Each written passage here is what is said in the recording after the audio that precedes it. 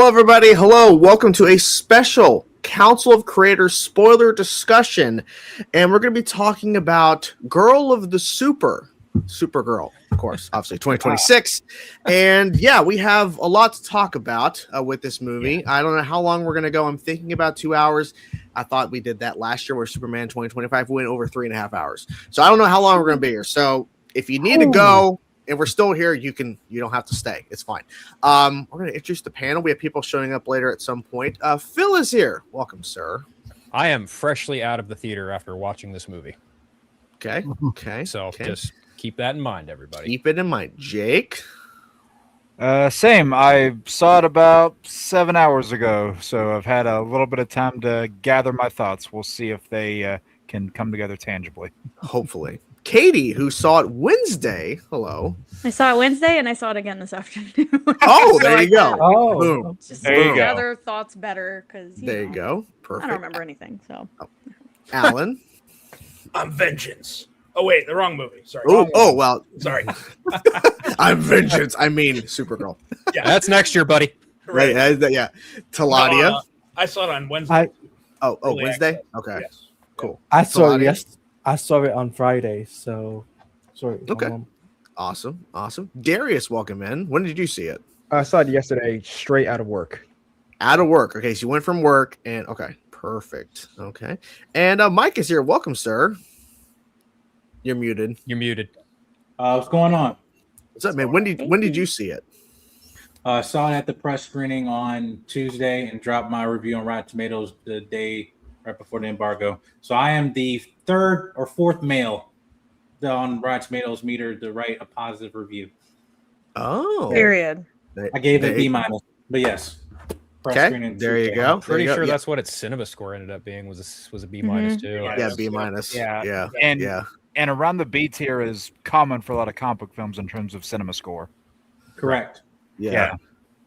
So there was not really going to be a structure per se, because we've not really done this much, but I did see it Thursday. I was supposed to be with my wife, then family stuff kind of happened, so I saw it by myself with like 4 other people in the theater, which is like weird. Well, My theater was actually full. I live in a small town, so it just happens. Now, if I would have went to like the college town, like next to me, maybe it'd be more full. Fair. I found it funny how it was the opening weekend for this movie. I saw Obsession last night. That theater was almost packed. I'm sorry. that theater was almost packed, and it's 5 weeks in. This theater was half empty, and it's the opening weekend. Really? Well, Mine were full for both, but I have a pretty popular theater, I think. There you go. Yeah, for comparison, for me, Masters of the Universe around like the Thursday night preview around the same time when that came out a few weeks back, half full. And this goes to show. So I guess we could start by briefly giving our general thoughts, and then we can dive into some more specific. Basically, I'm mixed on it. Like, I don't hate it. I think the most positive thing I can say is that Millie Alcock, I love her as Supergirl. Like, I think she's great. Yeah. I don't think the issue has nothing to do with the cast, not even the villain, which I feel like the villain is horrible. It's the script. And there's reports now coming out, which this kind of lines up with my original thinking before this came out, that allegedly back in February, there were test screenings or some sort of screenings that were happening, that there was a good chunk of this movie that was taken out. Apparently, a lot of it was dialogue, but apparently it was necessary. Somebody who said he saw it in February and saw it again this week, he still likes the movie, but he said the February version is way better. And the Krypton stuff was at the front. So I've heard contradicting reports to that though as well. I don't even know I'm just going based on what this one guy says. I don't know if that's true, but it does go in my line of thinking, because my first thought coming out of the movie, this movie went through a lot of editing. Plus they had 3 different composers that were attached to this movie, which goes to show some editing issues. Yeah. But for me, at the end of the day, I don't hate it. There's all these people out there who probably didn't even see it, who are claiming it's the worst thing ever and all this shit, but it's mixed. Like Millie elevates what's there. Jason Momoa is kind of hamming it up at times, but this is what he wanted to do anyways before Aquaman, so he's just gonna go crazy with it. And I don't blame the villain, like the actor. Like he was doing what he was told, and he just wasn't given anything good. He was very generic and bland. Yeah. It didn't feel like $170 million movie. Too. It felt very kind of, for me, it felt like the budget they're claiming the amount it cost to make it, it didn't show on screen for me. Is he cutting in and out for anybody else? Yeah. No, yeah, a little bit. Little bit. I don't know.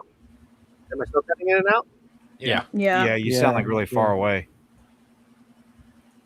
Weird. Oh. Okay. Oh, there we go. Well, that little bit was better. My settings is correct. I don't know. Now you're good. I don't know.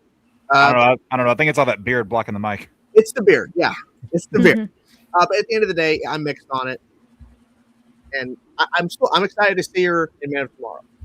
I'm excited to see her more. Yeah.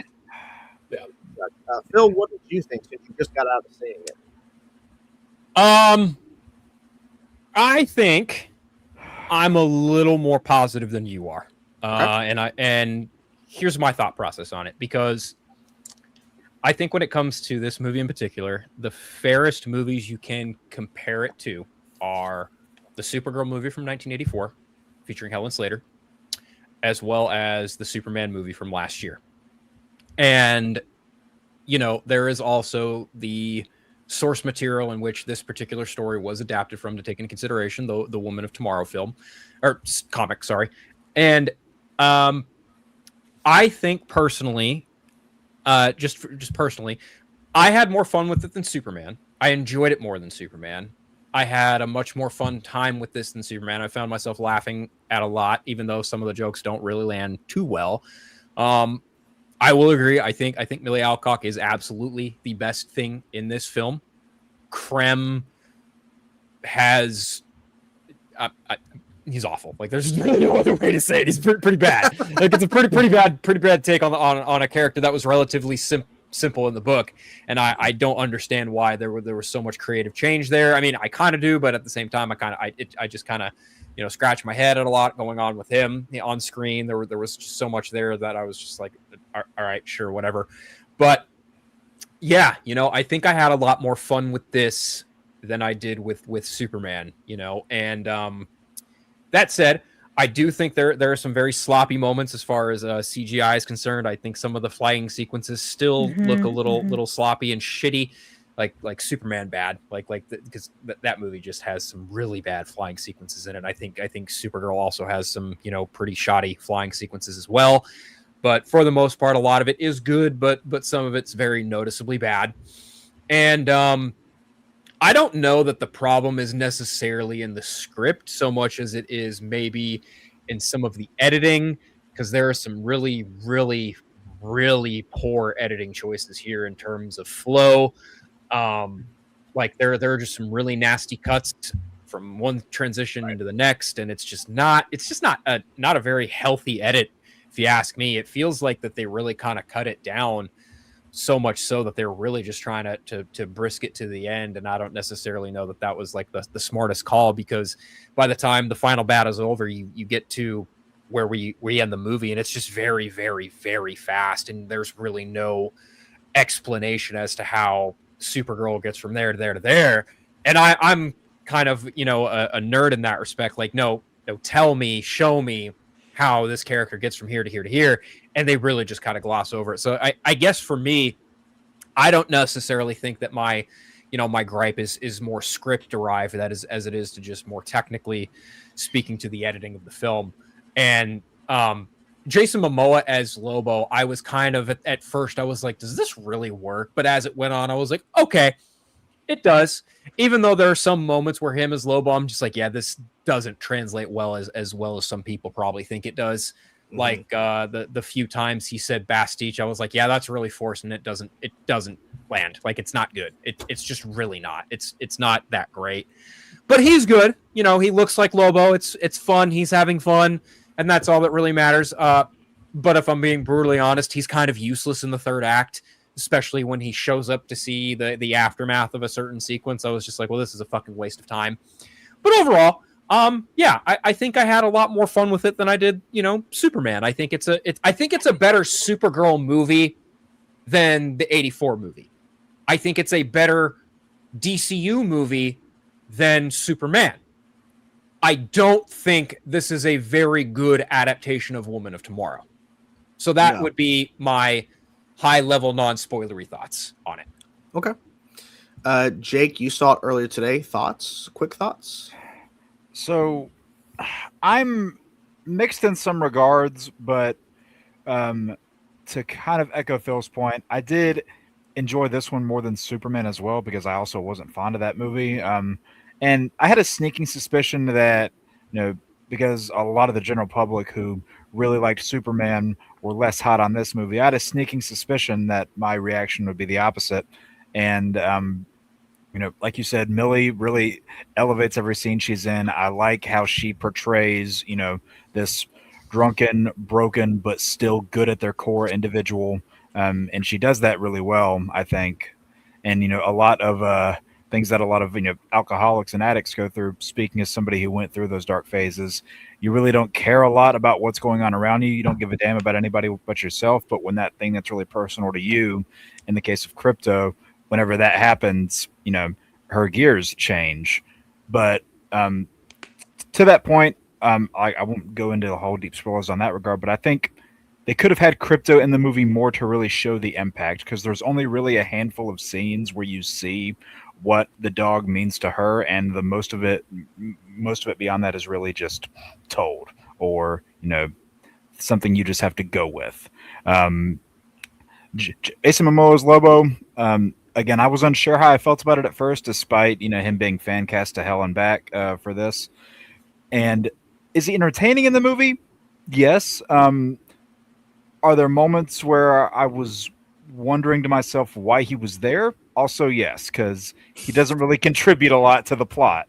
But granted, he wasn't in the original book either, though he was planned to be. And yeah, the villain, there's no two ways about it. The villain's not good. I don't like that trope in a lot of projects where they try to give that villain this quirky, goofy sort of Joker-esque laughing shtick that they do with those different villains. I never really like when that's done, and that often results in a villain just being very one note and two-dimensional, which I found was the case here. I'm not necessarily blaming the actor. He did the best he could with what he was given, I guess. Just I don't think what he was given was necessarily great. And I don't really get the change from them making him a bare-chested, long-haired pirate in the comic to whatever the Hellraiser stuff was in this movie.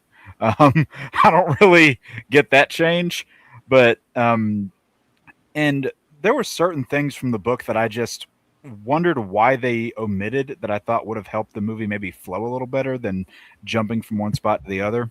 And some of the visuals throughout the film, I thought they looked better than Superman in some instances, but also not better, because while some of the flying did look a little funky, some of it looked good, and I was happy to see that, at least as far as I could tell, there weren't any Fish Islands shots, which is like my least favorite type of flying shot in these films, and I was really glad that this film didn't have it.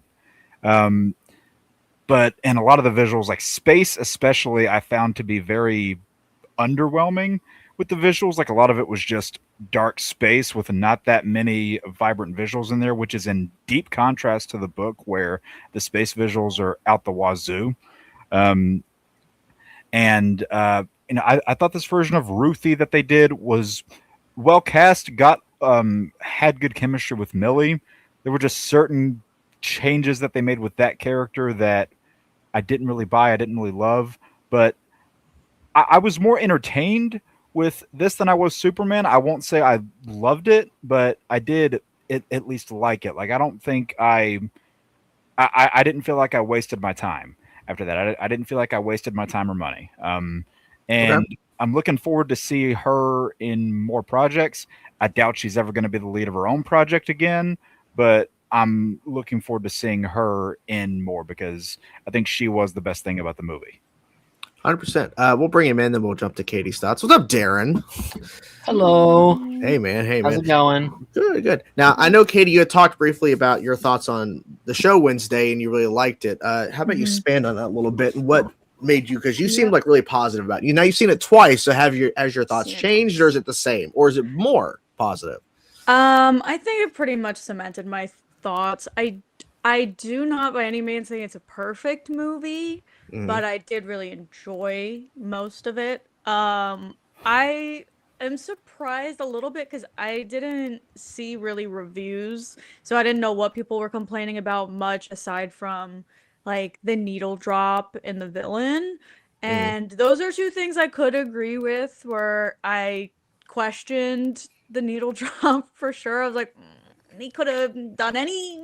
I didn't hate it, but it was whatever. They The went through villain- 45 different versions, by the way, on yeah, that I needle heard drop. that, Yeah, and yeah. Yeah. I'm not buying that. Yeah. You don't believe it? No, Yeah, never mind. I'll let Katie go. But I'll talk about that in a second here. Okay. I just like, I don't think it was like a deal breaker for me, but I would have liked something more upbeat instead of. I know it was a slow-mo thing. Even if they just did the original, like Jimmy E. World version, Yes. or people said "Call Me" from the trailer, that would have been cool. The Supergirl theme would have been cool. Yeah. So I don't think it was the end of the world, but I do definitely think, as a direct comparison, the Mr. Terrific needle drop was peak, and this was kind of a okay type of deal. It's a choice. I do think I personally did also really enjoy Superman, and I think Superman as a whole was probably a better movie, but in my opinion, but I enjoyed Supergirl more because, as we know, I like my girlies. I like when they have like they're building a relationship, like flourishing, like found family trope. Like this is all up my alley. Like this is my bread and butter. I figured, when I was watching, I'm like, yeah, this is stuff Katie loves. Like this stuff right here. Yeah, It absolutely is. It absolutely is. So I think Superman was a better constructed movie. I do think this would have benefited more with a longer runtime. I was surprised by how short it was, especially if there supposedly was an earlier cut of it that had more with like Krypto, I guess, and Krypton and the back. Whatever. I think they could have flourished that more, and it still wouldn't have felt too long. I mean, it was like what, 140-ish? Yeah, 140 minutes. That includes credits, I think, too. So it's like an hour and a very half, short. maybe. So I don't know why they decided to make it so short. I will say again, I think every single person is going to say Millie was the highlight because she was. I didn't know anything about her before this, and I think she tore it up. I think she was great casting. She was fantastic in the role. I'm excited to see her in any other DC projects going forward. I was surprised, I guess, based on this, but I thought that Lobo was the other highlight for me. I thought Jason Momoa was awesome as Lobo. Mind you, I haven't seen Aquaman, so I don't know what Really? the direct thing is, but I had a really fun time watching. You'll get a similar vibe. Yeah. Okay. Oh, So yeah, I he had a really plays fun him. time. He plays him like Lobo a little bit. Maybe even more of one. Okay. Yeah, you Cool. could say, yeah. So I thought he was awesome. I am kind of mixed on well, shoot, now I can't remember her name. What's her name? Ruthye? Guys, you just Ruthye. Ruthye. Yep, thank you. I forget everything, so I had to see it twice. I don't remember anything.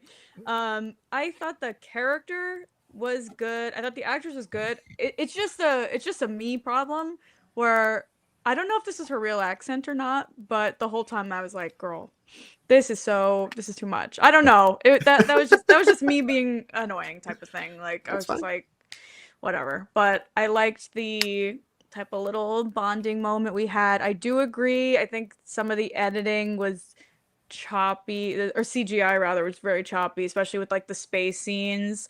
It just seemed real like it was given some like she was here and then it like skipped a couple frames almost, it looked like. So I noticed that a few times. I do think they could have definitely expanded on the Krypto stuff. I didn't mind the cutting in of the Krypton backstory. I didn't have an issue with that. I could see why people did though. But I thought it connected kind of well. I loved seeing Clark back. He's just incredible. My goodness, he is just a peach. I love seeing him. So I'm Oh, happy Katie, with that's where that. we differ. I think he's like pretty awful as Superman. I think I he's mean, perfect. It would have helped I if they love didn't him. release all those clips online. Maybe. I see. Yeah. This was the thing was I did not see a single trailer because I told myself I'm gonna film it. I'm gonna react to it. LOL. And then I just didn't until literally 20 minutes before I went to go see the movie the first time. So I didn't see anything. I didn't know anything about the plot line. I haven't read the comics, so I didn't know what was happening. Until I saw the trailer and I was like, oh, I can't watch this. This is gonna be about Krypto in pain. You think I'm gonna sit here and watch this? But it Don't was watch okay. John It was Wick fine. then. Yeah, I Yeah. definitely Don't watch can't. John Wick. Yeah, No. don't Yeah. watch John Wick. So anyway, I had a very fun time with it. I could see why people are kind of mixed about it, but I do think some of it is blown out of proportion a little bit. The villain is very one-dimensional, I will say that. I didn't have a problem with him, but he was pretty basic. That's what I'm gonna say. But I wasn't there for the villain. I was there mostly for Kara, Kara. for Yeah. the relationship she was building, and Krypto and Little Superman and Lobo, whatever. Like I didn't care about the villain that much. I'm not here for the villain. I'm here for the bonding. So I had a fun time in general. Mhm. That's fair. That's fair. Alan, I know you hated this movie because you're a big Zack Snyder fan. So thoughts? I didn't hate the movie. Good. I will say I agree with a lot of what really everyone has said so far. Some points I agree with, some I don't. I would say I'm definitely more negative than anyone else who has spoken on this panel so far. Okay. I think, like has been talked about, that Millie Alcock, absolutely fantastic as Supergirl. I don't think anyone who watches this movie is gonna say any different than that. I really like Jason Momoa as Lobo. I actually think his style that he brings as an actor is better suited for that character than it was for Aquaman. As much as I like Zack Snyder's DC universe, I think he fits better with Lobo. When Supergirl can actually be Supergirl in this movie, I think those scenes are fantastic. I think there's some really good action scenes that we get here. Mhm. That's kind of where the positives end for me. Okay. I will say I did like the Krypton backstory. I like that they kind of expanded the lore a little bit more in this film, because I was not really a big fan of what they did, obviously, with Jor-El in Superman. That one really rubbed me the wrong way. So kind of getting a little bit more background of that world in this universe, I did enjoy that. But yeah, that's basically the end of the positives for me. Everything else I was very mixed to negative on. Did not like the way that this was edited, the pacing. I thought the pacing was pretty god awful. There were moments where, it started off well, and then it just kind of went to a screeching halt for a while, and got me a little antsy when I went and saw it. I think the villain, this is one of the worst villains that we've ever had. DC, Marvel. And it's not the actor's fault. I don't think the actor does a bad job. I just think the story and the writing here let the villain down. CGI, Phil, I know you talked about Superman not having great CGI. I agree. I think it was pretty significantly worse here. There were more moments in this movie to me that the CGI actively took me out of the moment when I was watching the film. So there were a few moments I can agree, especially towards the final act. There were a lot of sloppy there were bad. moments. Oh Yeah, very much so. And so that's just kind of my quick thoughts, without getting into specific spoiler stuff. But I don't know. I feel I agree with a lot with what everyone said. I just felt a little bit more negative than I think anyone else here did. Sure.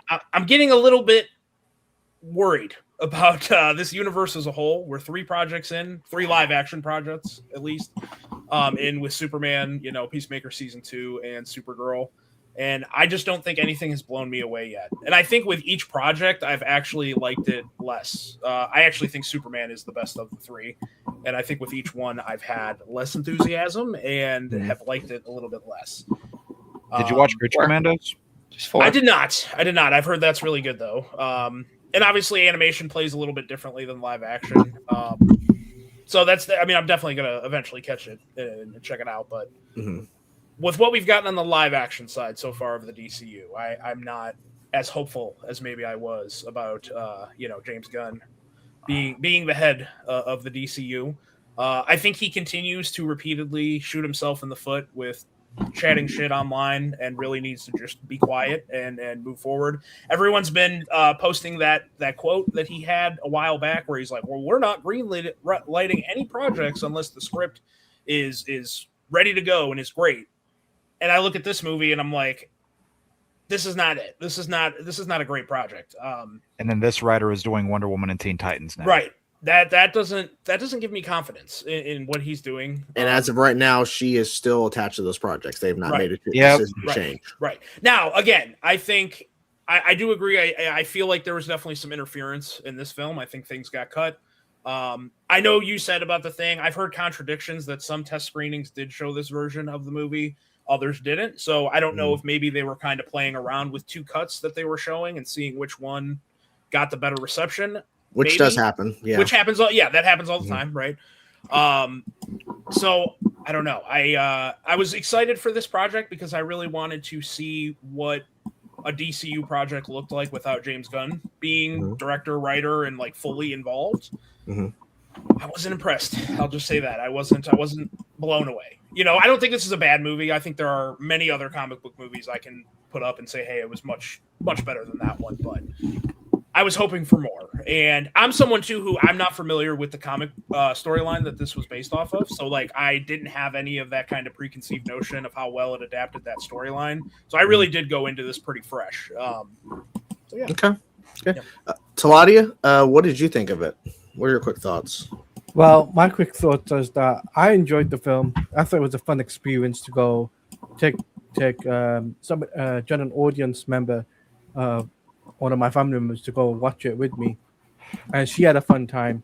She felt as if it was like an episode of Doctor Who, and I said, and I because of the space comparison, actually. Yeah, it's not too far off. That's pretty good. Yeah. But I thought personally, Millie Alcock was great. She did great as Supergirl, and I also like Jason Momoa's role in this.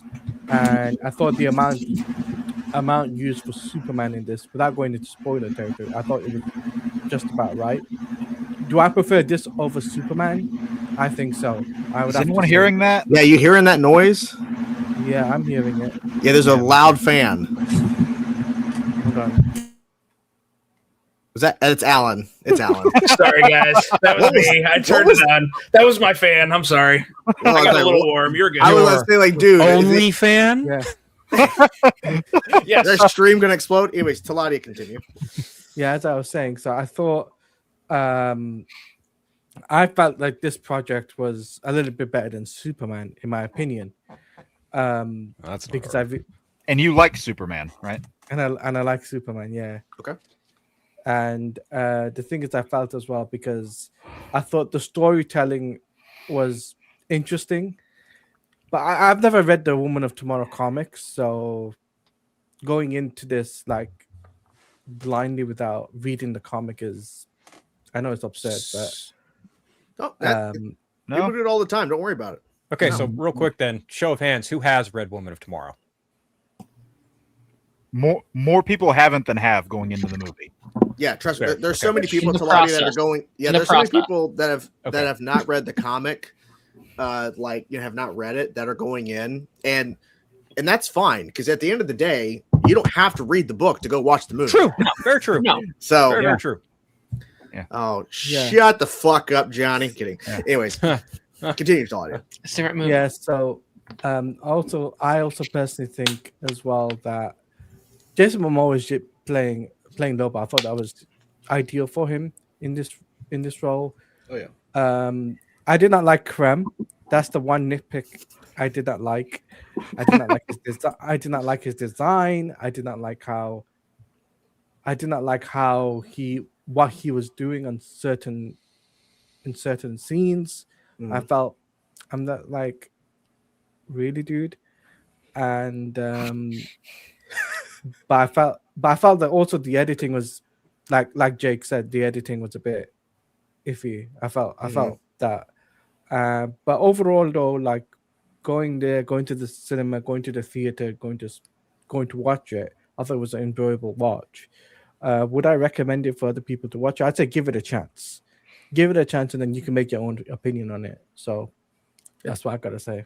And I respect that, because at the end of the day, you should give it like, don't just listen to people online. You should give it, if you can, obviously cost and all that shit. Yeah. Darius, you took time out of streaming on TikTok to go watch the movie. So what'd you think, man? All right. So when I walked out of the theater, my thoughts were basically this. I watched a movie. This was a movie that happened. Hey, yeah, you saw moving pictures. Yeah, I saw, people did their jobs. Hey, kudos to them. I could never do it, right? Yeah. So to me, the film was just sort of all right, kind of Okay. like middle of the road. Mm-hmm. Don't, love it. Don't hate it. It's not going to take up that much space in my mind. Everyone who's talked about Millie, I agree with 100%. She's great, fantastic. I want to see her as Supergirl a lot more. Lobo. So Lobo's one of my top 5 favorite DC characters. So I was going into this I'm ready to see Lobo, right? And I thought Jason actually did a pretty good job. Whatever little accent he was doing, I was kind of like, I don't know what that is, but okay, it's fine. I can, allow it. But It was Jason Momoa. yeah, but yeah. It was him playing himself. Is this true? Is he in prison? Is He he is. still in prison? For something, I know- he needs it. I know they had Wow. the Yeah. trial about a year ago, and it was like he Oh, would wow. be doing the trial stuff as the press stuff was starting, or something Yeah. like that. It was Wait, what is it he was in prison for? for 11 traffic infringements. Yeah. Damn. What the Yeah. fuck? He's more of a Well, menace, speaking of- in real life than he Which was. I didn't know he was still in prison. I thought he was going to be getting out right before the movie. I'm looking this up. Continue. That Yeah. might be true. Yeah, I think he might be Right. out now, maybe. Yeah. Yeah. Well, I mean, speaking of Krem, as everyone's saying, that I did not think we were in the business of Malekith level villains anymore, but I guess we are. All right, it's just Oh, that I go was that just- far. nah, dude. I watched Dark Lord recently. I prefer Malekith than Krem. I don't know if I disagree. Jesus. But yeah, the movie. I feel like the movie's biggest sin for me is just it didn't make me care enough. For a lot of it, I was just sort of watching, waiting for that moment to really get me to care. Even with the whole crypto stuff, I'm a dog person. I'm like, hey, man, surely the dog will make me care. And I was just kind of like, no, I'm still not caring yet. Yeah, I mean, the editing was all over the place. There's a lot of plot conveniences that were driving me up a wall during this film. The script is not great, as has been echoed before. Yeah, I didn't like it as much as Superman, and I didn't even love Superman. I liked Superman, just liked. I wanted to love Superman, but I didn't. This movie is right under it. As far as the future of the DCU and stuff, I can't say I'm super hopeful about it. I'm not going to say that, the sky is falling either. I definitely have one eye open, kind of where's this going? What's the next thing? Obviously, what Lanterns is the next thing we're going to see. August, yes. Yeah, so hopefully that is, something that can really get me inspired in what we're seeing here. But yeah, again, didn't love it, didn't hate it. It's fine. It happened. It Okay. happened. Okay. Yeah. We'll bring him in. Ronan, what's up, buddy? What's up, boys? What's everybody Hey, doing? man. Hey. Jedi Mike, so you saw it at a press screening. I honestly don't even know your thoughts. You said positive review. What's your overall thoughts about the movie? And you're muted. Yeah, to get off the Rivals game. Yeah. I was wondering what he was doing. It's competitive. No, so my thoughts, just before we actually get more in depth with everything, is that I walked out of it and I did not know what to think, because most of the critics, especially the ones who were comic book readers, were arguing about one thing and which I texted Miguel, this one big thing I think changes Kara's entire character. It's a small detail, but for me, it changes her whole dynamic with Superman moving and other DC characters moving forward. But overall, with this film, I gave us a B-, and it's actually how the film ended for me, where I felt that I think we're in the right hands in terms of these two characters. If their chemistry was just not going to work, I think that's going to be the ultimate failure of this movie. And for me, it was the biggest win. And I'm like, the feeling I only get for like minutes with these two characters, with Superman and Supergirl together, means I know that in longevity in the future of the DC universe, I think that we're going to be in good hands with that. But to everyone's point, with Millie, with Ruthye, even with Jason, it's just like this was not a script. This was not a cast problem. This wasn't a issue with anyone's portrayal or anything. This is purely on how the story was structured and how you feel about it. And also, for some people, not being one of them, as someone who's read the comic book, of subverting your expectations and what this film was actually intended to be. And also just with the negative backlash that came prior to this movie, before any Rotten Tomato score, any critic score came out, and now people are just trying to hop on the bandwagon and everything. And I don't want to do this. These characters mean a lot to me since I was a kid, and Supergirl is one of them. And I'm just saying that I want all these characters to thrive, but also have films that succeed, and we can see some type of diversity in the types of comic movies we get. But unfortunately, even though I thought that this was okay, entry for her character, this definitely has structural problems that I think James need to take his glasses off, check his prescription, and double check in terms of what he actually intends on the tone for all these characters, not just allowing another director to come in who's trying to do somewhat interpretation of what would James Gunn do instead of what will you do. So that's that's my point on that. But yeah. Okay. Darren, did you see it today or did you see it yesterday? I saw it yesterday. I saw it last night. Okay. Now let me guess, you loved it. Yeah, no, I think it's better than every movie I've ever seen ever. Better than The Lion King? Damn. Oh, dude. yeah, totally. So how does it stack up against The Grinch? Oh, that's the question. I mean, the first 2 seconds is better than the entirety of The Grinch. Come on now. It's a fun opener. I'll give you that. Darren loves this movie so much. He said he compared it to Chicken Little. Dude. This is a weird one for me because I think it sits in a very unique spot in the hierarchy of comic book movies. Because going in, I heard horrible things.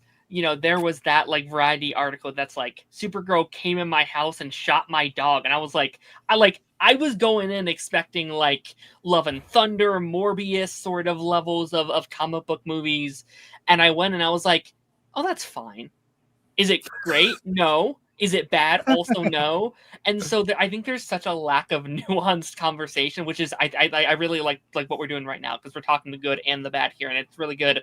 Most people aren't doing that. Most people are like, it's shit. It's the worst comic book movie ever made. It's horrible. It's terrible. Everything was bad. And I was like, let's just talk about like movies can be in the middle. Like sometimes. Supergirl. Damn. What I the think fuck? like Damn. I think this is the like pure definition of like a mid movie. And that's okay. There's allowed to be a mid movie every now and again. I don't need every movie to be the greatest movie I've ever seen. I thought it was fine. It's such a middle of the road. Everything they do is like, yeah, this is fine. This is fine. I really actually do love the first like 25 to 30 minutes. Like the first first act of the movie, I was like, oh, I'm actually really jiving like with what they're doing here and how they're building this up. I was like, people have lost their minds. And at some point in the movie, I don't know when, but I found myself phased out. I was like kind of dozing off a little bit, or like not dozing off, but like I had lost interest. I was like, wait, what happened? I don't know what point I clocked out, but it happened at some point. And I think that's kind of the movie's biggest struggle, is like, it's kind of a little boring. It's kind of a little bland. It is movies we've seen before. It doesn't do anything inherently fresh. And I think when it does, it never quite goes far enough. Like, I think they will tap into something really cool where I'm like, oh, I really, really like this. But it's like, but the film isn't strong enough to fully push these concepts to where it needs to be as a film. Sure. But also, like, I don't want to say it's like, I don't like to backtalk it too much, because when I say that, everyone's like, oh, is it because of this? I was like, No, that has nothing to do. Like, it's like, you know, you had the freaking Fox News thing where it's like she's super bisexual. I'm like, what are we doing, guys? The way there was not a single point of love interest in this movie at all. I was like, you realize a single woman can be just that, a single woman. It's because of the comments that Millie Alcock made, and it's Fox News doing what Fox News does and running stupid headlines. That's what it is. Yep. Yeah. Yep. You mean like when they called Superman woke last year? Yes. It is though. Yeah. Kidding. Okay. Well, Darren, thank you for your woke thoughts. Appreciate it, buddy. Ronan, what are your quick thoughts? And it's got to be in 1 minute. Go. 60 seconds. Yay. 59.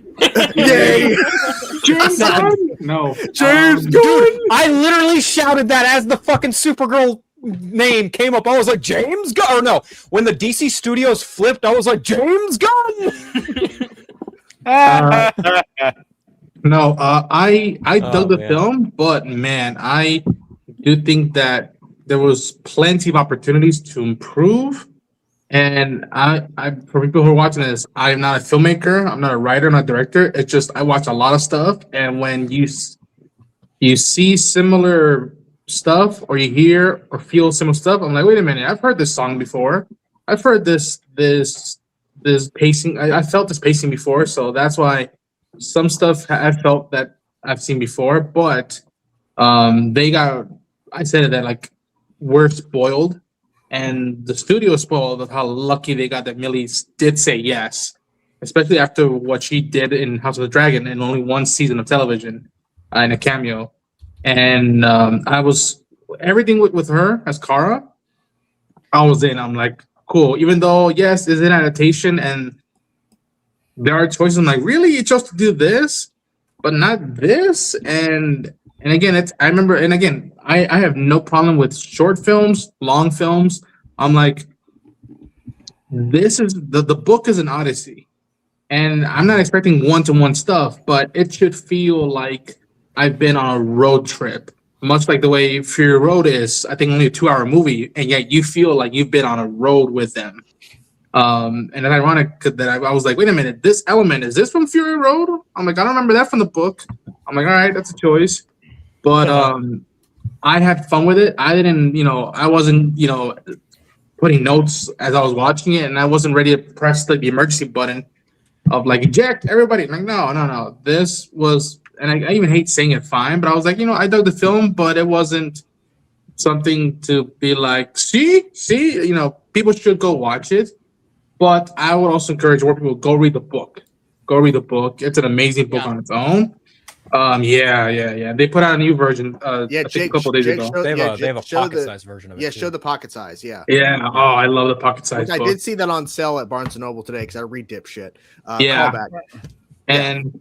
yeah, the best compliment I give is that I had so much fun hanging out with Kara, and I can't wait to hang out with her again. And especially when she interacts with her cousin, and especially when they interact with the rest of the DC universe. I was like, okay, by the end of it, I was like, I wanted to keep going on this road with the DC universe, and I could see the blast we're gonna have when stuff starts culminating together more and more, I think. Yeah, I think that's fair. I think at the end of the day, it sounds like we have some positives. That's a good thing because the internet loves to say everything's bad. Yeah. I think this panel, and God forbid, I can't believe I'm even fucking saying this, but oh shit, I think this panel is very indicative of the Rotten Tomato score. Not to say that website is valid in any way, but think about it. Like the audiences really loved it. Critics, not so much. But then again, I also think that critics have been, no offense to Mike, because I know he's a Rotten Tomato certified critic, and that's totally his bag, and it's great. I'm happy for you, buddy. I am. But still, I think that a lot of critics are really out of touch when it comes to these movies. I mean, for crying out loud, you had people on the internet bitching about Toy Story's fucking Rotten Tomato score, right? But I also think that, we're talking about the same bag of critics who gave fucking Super Mario Galaxy a fucking 40-something%. It's like, level your fucking expectations here. But I would also say that, this movie in particular, because there's a couple of different ways you can look at it. Again, like I mentioned, you can either look at it as the follow-up to Superman. You can look at it in comparison to the 1984 Supergirl movie. And you can also look at it as a comparison to the Woman of Tomorrow comic. And I think on those fronts, there are multiple ways you can look at it. For me, if you ask me, is it a faithful adaptation of Woman of Tomorrow? I'm with Ronan. The answer is no. If you ask me, do I enjoy this movie more than Superman? The answer is yes.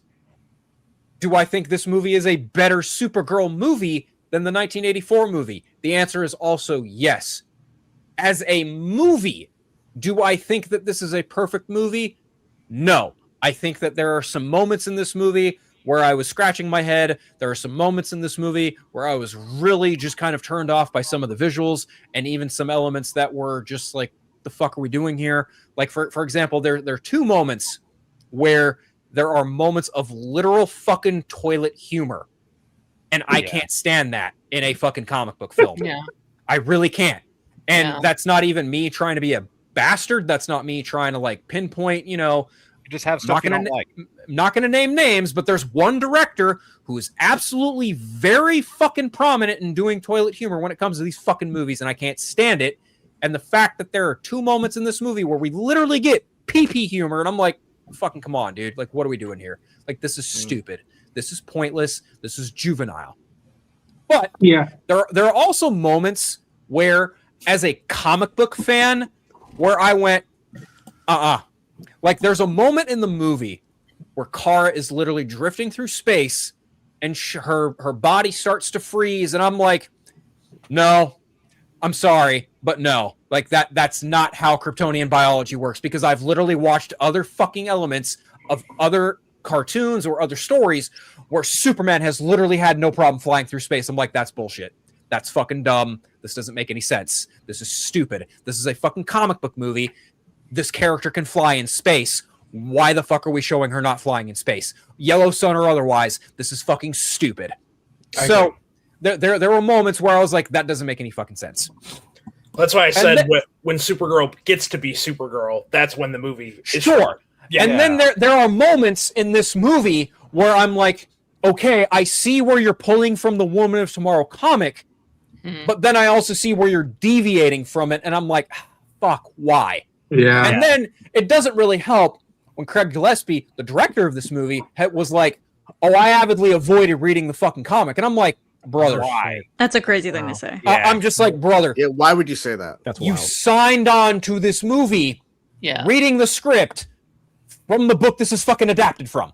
And it was And then the first shot of Millie Alcock, she's holding the comic. Yeah. I'm just like, fucking, come on, dude. You're making a fucking comic book movie. Like, reference the damn comic, please. At the very at the very least. And I know. Listen, Alan was wearing the sweater. Everyone knows me. Huge Zack Snyder fan. Okay. When people look at him. I don't know where you're at. I'm not getting. Mike, hold on. Here, check. Bear with me.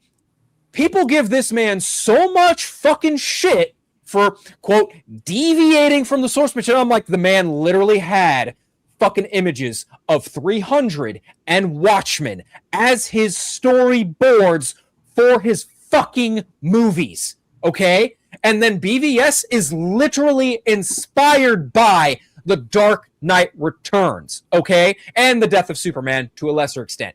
So it amazes me that, to Alan's point, James Gunn, hoity-toity, we're not going to greenlight anything. No pun intended, because I have a green light up here. We're not going to greenlight anything unless the script is fucking awesome. And I'm like, he's shooting himself in the foot. This script, in the sense of this script literally being an adaptation from one of the best Supergirl stories, I'm just like, brother, what the fuck? There's the best books in the past decade or two. I'm like, to me, in terms of Supergirl, yes, I agree.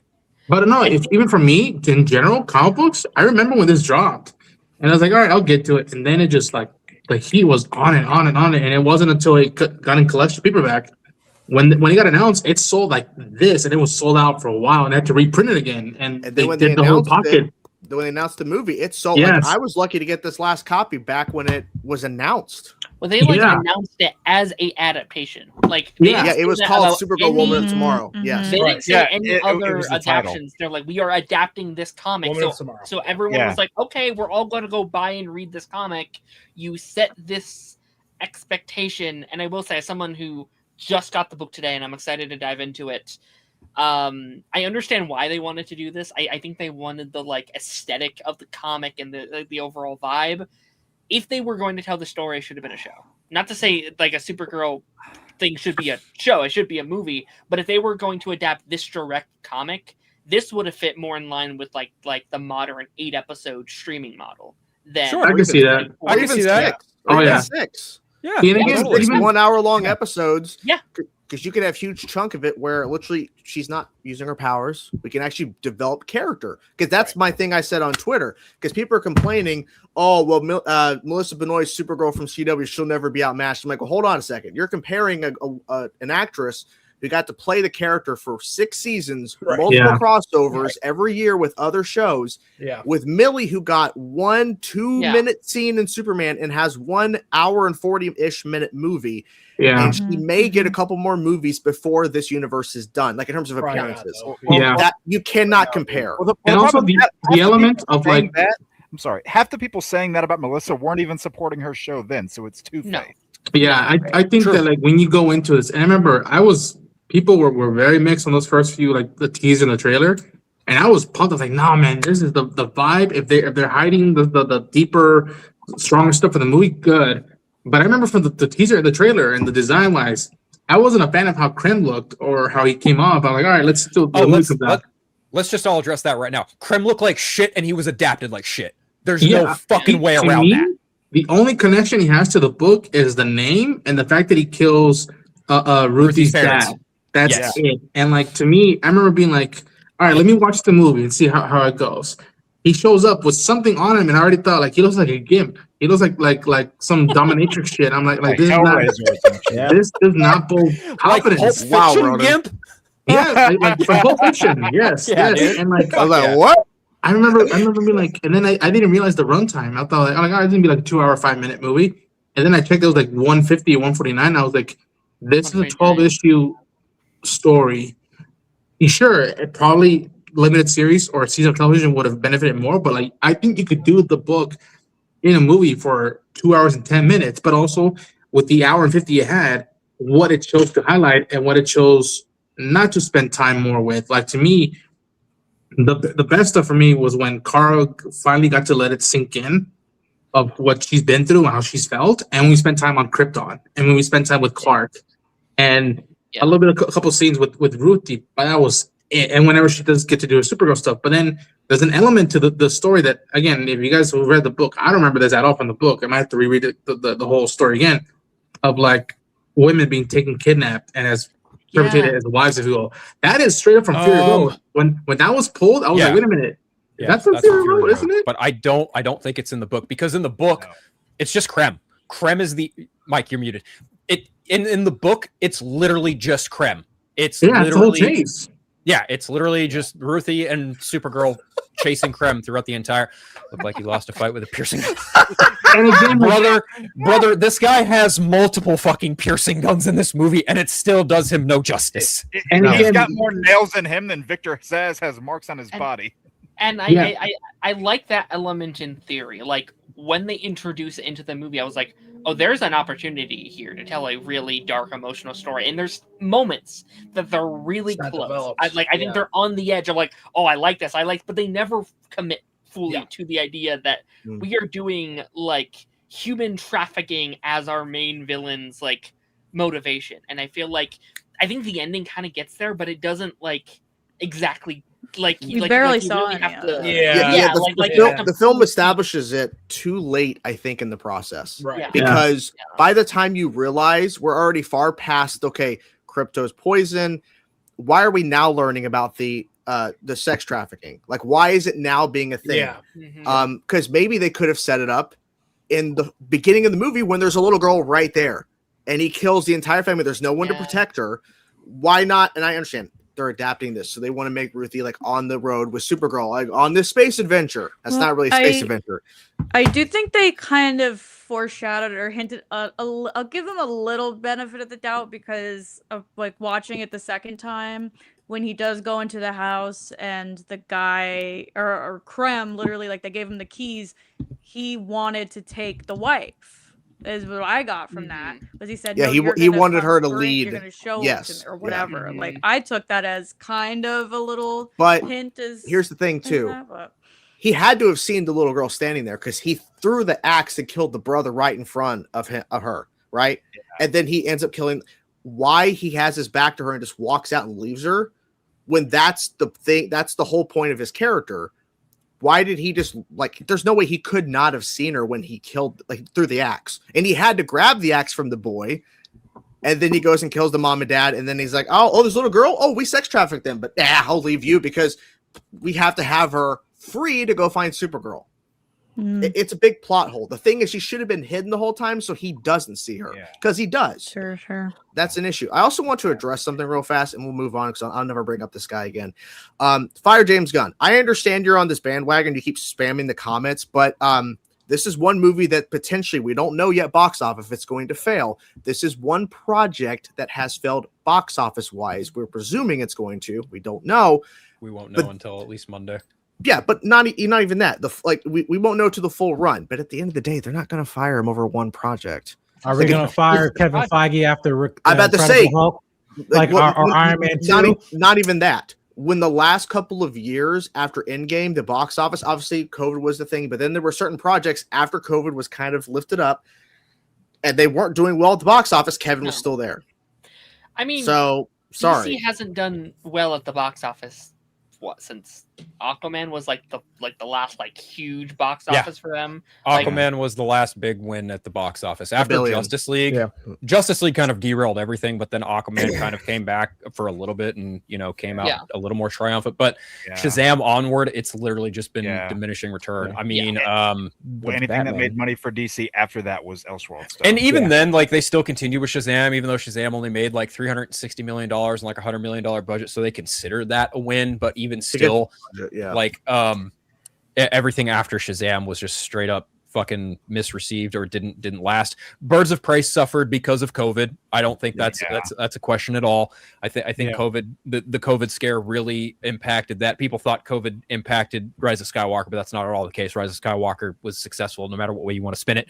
But when it came to Birds of Prey, when it came to Black Adam, when it came to the Flash, and even Shazam, Fury of the Gods, Blue Beetle, like there are some other underlying elements, like the strikes affected some of those movies. Literally, like none of the DC films that were under the DC Films moniker were monetarily successful, partially because people were just kind of like, well, what the fuck's going on with DC? You could argue the Suicide Squad was a box office failure, but then again, you could be like, well, HBO Max, fucking whatever. Well, it was day and date, so that didn't help it either. Right, So, exactly. I want to push back a little bit on that because I think James Gunn definitely deserves to be on the hot seat a little bit here. Sure. Oh, I'm not saying he doesn't. I'm just saying this whole notion of like, oh, Supergirl, the second official film in the DCU. We don't know the box because it hasn't even been in the box office for 2 or 3 days.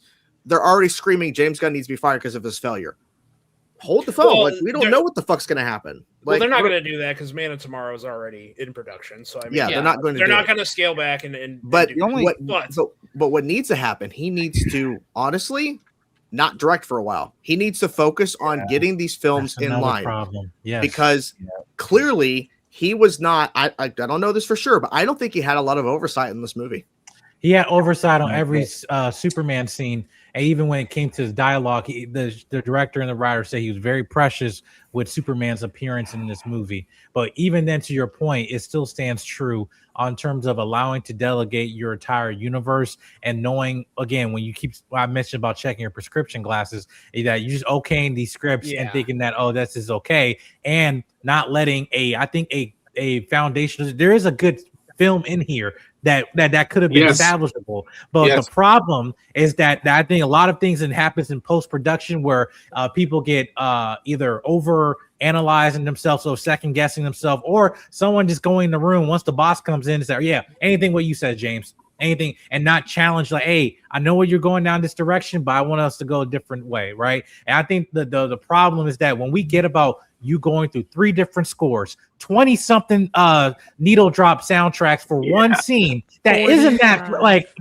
memorable, to be honest with you. But my point is that if it took that long, that many run times for you to get to that final product, I understand. I never made a film in my life. I only critique them. I understand that, but at least I understand when some things are on a foundational level on post-production, just sounds, hey, when it's right, the process is gone smoothly, and you won't be hearing like, oh yeah, it went through 3 different scores and 3 different like composers. All like it was unnecessary. But we'll see how Man Tomorrow goes. But as I mentioned, this is that when it comes to the foundation of the universe, again, this is. Do I think the universe is going to suffer of a mediocre or mid Supergirl movie? No. But do I think it's going to have a major blow if we have a mediocre Wonder Woman movie? Yes. I think you have right, because when you mess with foundational characters, like that's the point where I'm like, okay, it's Supergirl. We like Millie, then it's fine. But if Wonder Woman, especially after the Gal Gadot, is arguably one of the best female superhero movies of all time. The first one, arguably, and Zack Snyder is a part of that conversation of why that was filmed as a success. Not having his name a part of that is definitely. I want to see the 44 cuts. Can I add that to me, I love soundtracks. But even me with this film, and there's only 2-3 songs I liked, and one of them was a very deep background song that I'm like, oh, I recognize that song. It's a good song to have in a bar. But I remember being like, where's the score? There's got to be something a little until she puts on the her costume and we spent time in Krypton. This is the only time I felt the score. I'm like, okay, there it is. But then we immediately cut back to something else. And the notion that to me, even though I dug the film and think it's fine at best, that it's not even we gotta fire Jay. It's gonna just okay, this is the first production that he hasn't written or directed. It's somebody else, and it's okay. But as someone who I do have faith in this universe, for the general audience, who knows if it boasts confidence? Now on August, we're gonna look at Lanterns, and we're gonna see if Lanterns could stand on its own. And be like, okay, that was good. And again, the bullpen that show has with writers. I mean, I was feeling y'all. Yeah, we'll see how that show goes, and then we'll see how Clayface ends up in October or November, whenever it comes out, and see, okay, how does the first year without James Gunn's writing or directing at all in any of these projects feel that way? And yeah, I'm very with Anna Nogueira. Listen, like Mike was saying, in this film, there's a damn good film, but when you're adapting a book of this size, don't be afraid to spend time with it. Again, it's the book is inspired by True Grit. That's a Western. What are Westerns known for? Taking their sweet time with points with characters and stuff. Mm-hmm. And I feel like there should have been enough more time to spend with this film and not be afraid to do that, even for general audiences. Even if you've never read the book or not, you should have spent more time with it. And we'll see how if Anna does continue with the DC universe and it is going to continue doing Wonder Woman. I'm like, okay, what is that film going to feel like now when it's not adapting a straight up storyline or a book for a character that is pivotal? But I don't think, and I tell people, the Trinity is a big deal to the DC universe, but it's not all that the DC universe is. But if you're building up a universe, foundation is key. Yeah. Foundation is key, so you don't feel the turbulence and have people second guessing you every damn time when a teaser or a new movie or show comes out. Yeah, that right there is, I think, one of the biggest worrying things with this universe going forward is that you're not, you're going from Superman to Supergirl back to Superman in a year without laying more of your groundwork because, we knew whenever those solo films were coming out, just to use the comparison, you knew you were getting an Avengers film in a couple years, and they were laying the groundwork of the individuals one by one. And I'm not saying this is necessarily the ideal order, but if you're trying to boast confidence in your general audience, again, starting with some of those fundamentals is probably what you would want to try. What do you think? I want She I loved just want it. everyone to keep the same energy. I think that's the problem I'm having with how Yes. this universe is playing out. When we were 3 films and 3 projects into the DCU, there was a lot more pitchforks and a lot more things being said about who was running that universe. So if Lanterns isn't universally praised, if Man of Tomorrow is not universally praised, then we need to have some tough conversations about what James Gunn is doing here. I think that honestly, when it comes to the whole idea of universe building, I think Marvel Studios has I kind can't of hear you guys, but hello. Hi, Shelby. Hi, Shelby. Hi. I Shelby, think Marvel thank you. Studios kind of made it harder for everyone else to do their own thing, only by sheer association, because of the fact that they managed to do it without the likes of your Right. Spider-Man, your X-Men, Right. your FF. Blade, Yeah. The Fantastic inverse, the hit names. Yeah. Bruh. Yeah, and the thing is like when DC got around to doing it the first time, they're coming off of a Dark Knight trilogy, and Warner Brothers is not at all in the same kind of ballpark that Fuck me. Marvel It's Studios over. was. It's just like, they made movies Mike lost. that were very much like, they elevated the material, and I feel like to a lesser extent, Marvel does that, but they still retained some level of tangibility and realism. And now we're just at the point where it's like, oh no, it's fine, we're gonna go full-blown comic book. And it's like, well, that didn't really pan out well for Joel Schumacher and Warner Brothers back in the 90s. Right. So why the fuck is James Gunn getting a pass for it now in 2025, 2026, 2027? And why is he getting a pass for doing what they complained about with the DCU EU, where we're not taking the cores and the foundational characters and starting with them? Why are we, oh, Jesus Christ. Fair. Yeah, that's fair. It's a fair That's question, fair. yeah. I want to play just devil's advocate to Jake's thing really quickly. Where, I'm not saying you're wrong. I also would prefer the Foundations too, but Right. I looked at my personal favorite superhero universe. And I know it has its flaws, but this is the template the Arrowverse went with too. Which we can argue the quality of those shows all All day. the long day for sure. But Yeah. the early era was really good, and that's how they templated their universe too. They did Arrow, Flash, Arrow. They started with these. They started small and with just a couple characters, and as it got bigger, then they spread out. I'm not saying that works here. I know these are very different templates, and I'm not saying doing that, but I also Very different kind beasts, of if you will. get Yeah. creating loyalties to these characters first and making you really say what you want about this universe so far. I think the fact that you can have one storyline every year for the last 3 years is an impressive accomplishment when you look at the MCU over the last couple of years, where it takes 5 years to get a new Shang-Chi, and we haven't seen Hawkeye, we haven't seen all these characters. It is cool to go from Superman, Supergirl, Superman to continue the storyline straight through, even if it's not everyone's cup of tea. So I hear that.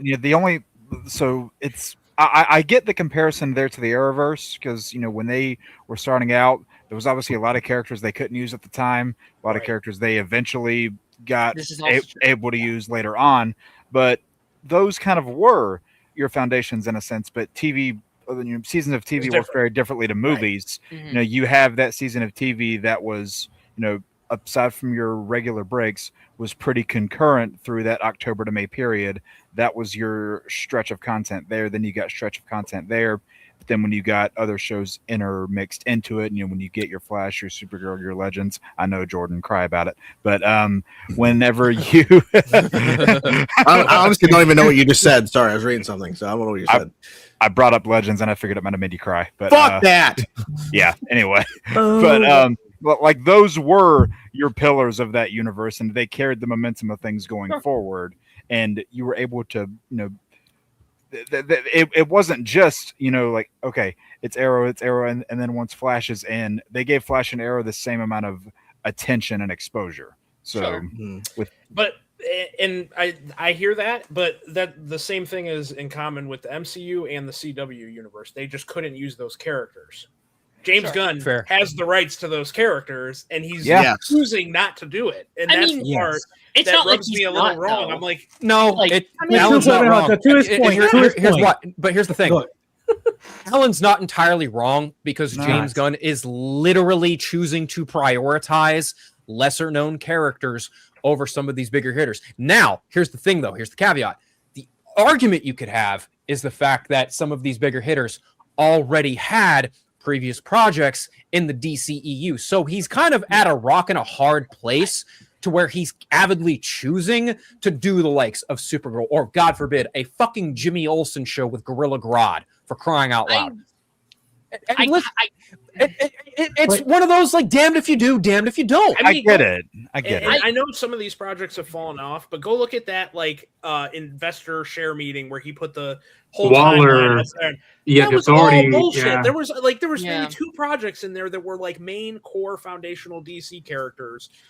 And again, my whole thing is that just keep the same energy. Like we faulted the previous universe for not taking time building that foundation and trying to rush into something when they're not necessarily doing that here, but we're taking our time with characters that shouldn't necessarily be the first projects of the universe. Also, it really doesn't help. It really doesn't help that, and this isn't necessarily his fault, but he also has Matt Reeves' Batman universe to cater to. Yeah, that's the thing. And like he legitimately, I mean, I'm sure he could cancel it if he wanted to, but he would come off like a major dill hole if he did. And that's money lost. That's the mistakes he made when he came in and he decided to cherry pick his movies and his projects to stay in the universe and then not bring the Matt Reeves verse into the DCU.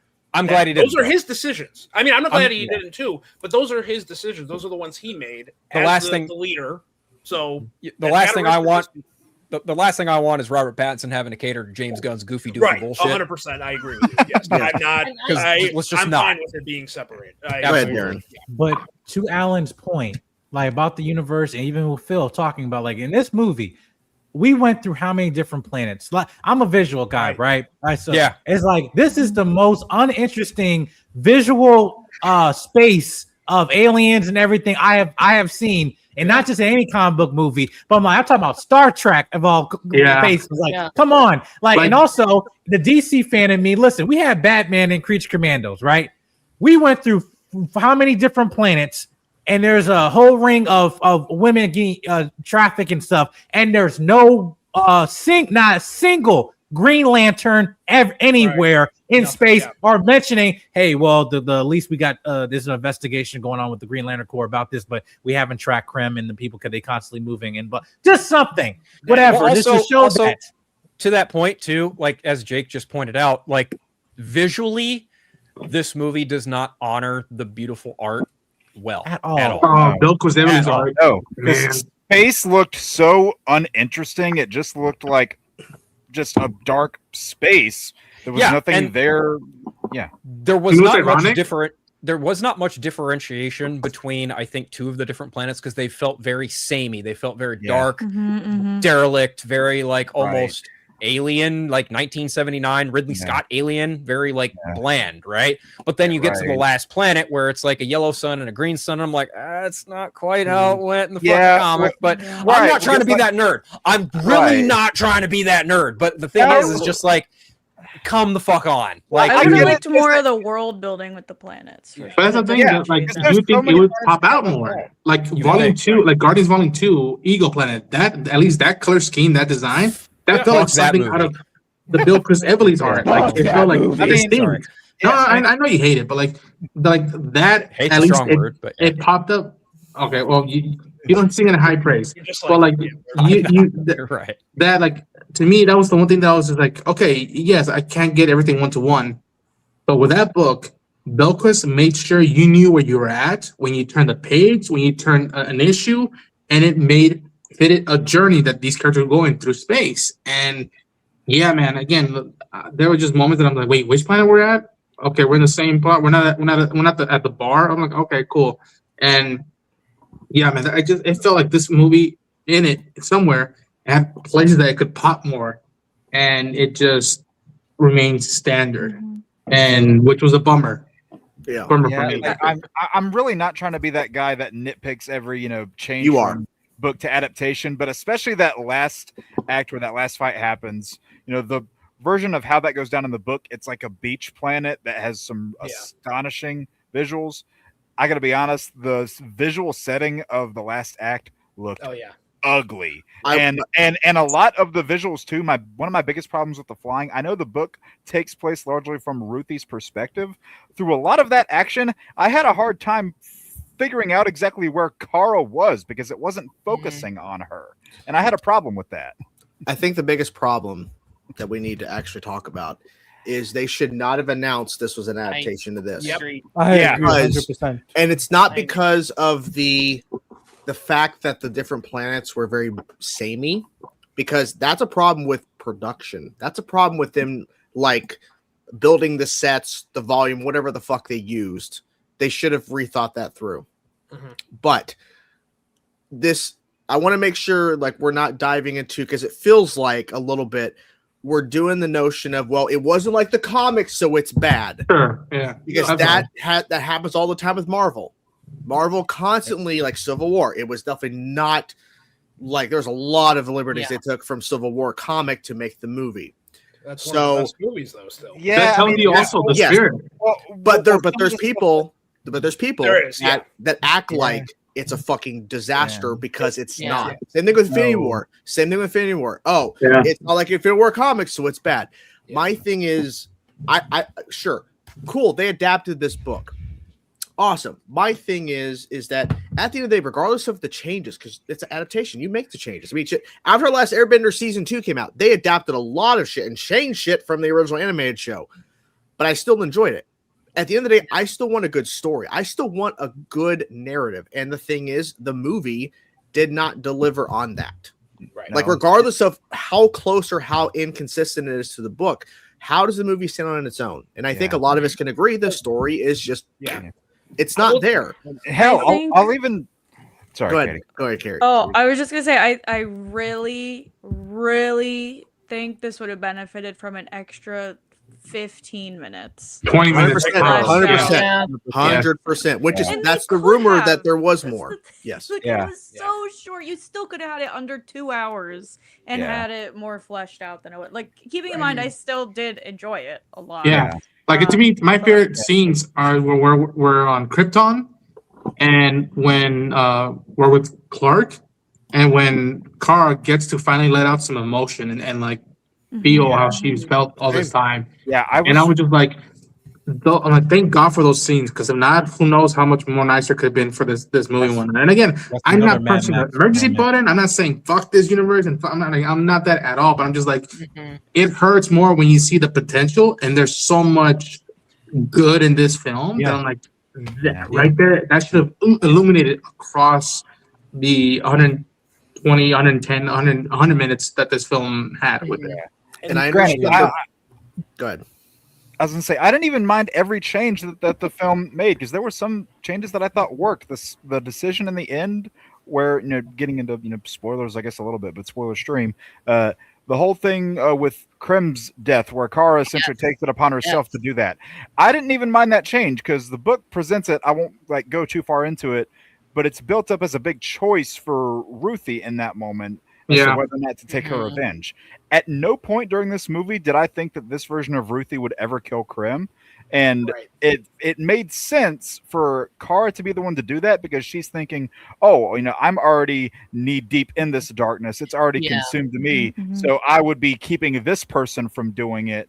And, that's kind of her sacrificial act. That's what I took that as. And I appreciated that Me too. change. It's heroic, in my Yeah, opinion. again, so this is not me saying, oh, it needed to be exactly like the book or I'm going to hate it. There was some changes I liked. Some I clearly didn't. But it's nuance. That was my But favorite scene in the movie. That was easily my favorite scene, because up until that point, it was such this like color by number, like you expect everything you expect to happen happens, and then that happens. I was like, oh, like we're letting our main hero actively kill the villain. That automatically sets Kara up in a very different direction, and I am so excited for the potential nuances we are heading into Man of Tomorrow, a movie that's supposed to be led by Clark and Lex Luthor, someone who won't kill, who won't go over that line, who has to work with this villain who is obviously going to backstab him in the end, and like the nuances of like Clark, like do you see what he is doing? Do you I see can't, where bro. we are going? Like, I think there's a real potential for Kara to have one of the strongest arcs in the DCU over the course of multiple films, as she like obviously this isn't the right thing to morally this isn't the right thing to do, and I think they're going to take that journey with the character, which I think is exciting. Yeah, going down that dark side route. She just need to run into Granny Goodness or something there and turn into. And mind you, this version probably don't need brainwashing or something. Who knows? She can just believe what dark side is telling her. Imagine when Kara gets to finally talk to Lois, because Lois has a little bit of different point of views to Clark. Right. And I'm like, I wonder what it's gonna be like when Lois gets to talk to Kara about what she's been through. Yeah, I'm excited for that. And for me personally, I would like Clark to ask Kara about his uncle and his aunt. I'm like, what did they think of me? Because there's a line or two that references what is echoed in the Superman movie. Which I didn't mind. I was fascinated that there was a different point of view with that. I'm like, that's fascinating that Carl's parents weren't like Zor-El and his wife. I was like, that's fascinating, which to me made me care about Carl's family. And I feel bad even saying this. I felt more about the people of Astro City than Ruth's parents dying. Argo City, you mean? Argo City, my bad. I keep saying Astro. I made a mistake too. But to your point was what I had an issue with that change about her character. Now, what's the line from Watch Mojo? There, with the long history of comic book characters, there's often different reimagining and history of what characters pass. So all that, get that. So Kara is not older than Clark. That's what I thought you were talking about before. Yeah. Yes. That's what when we were on the stream on Wednesday. Yeah.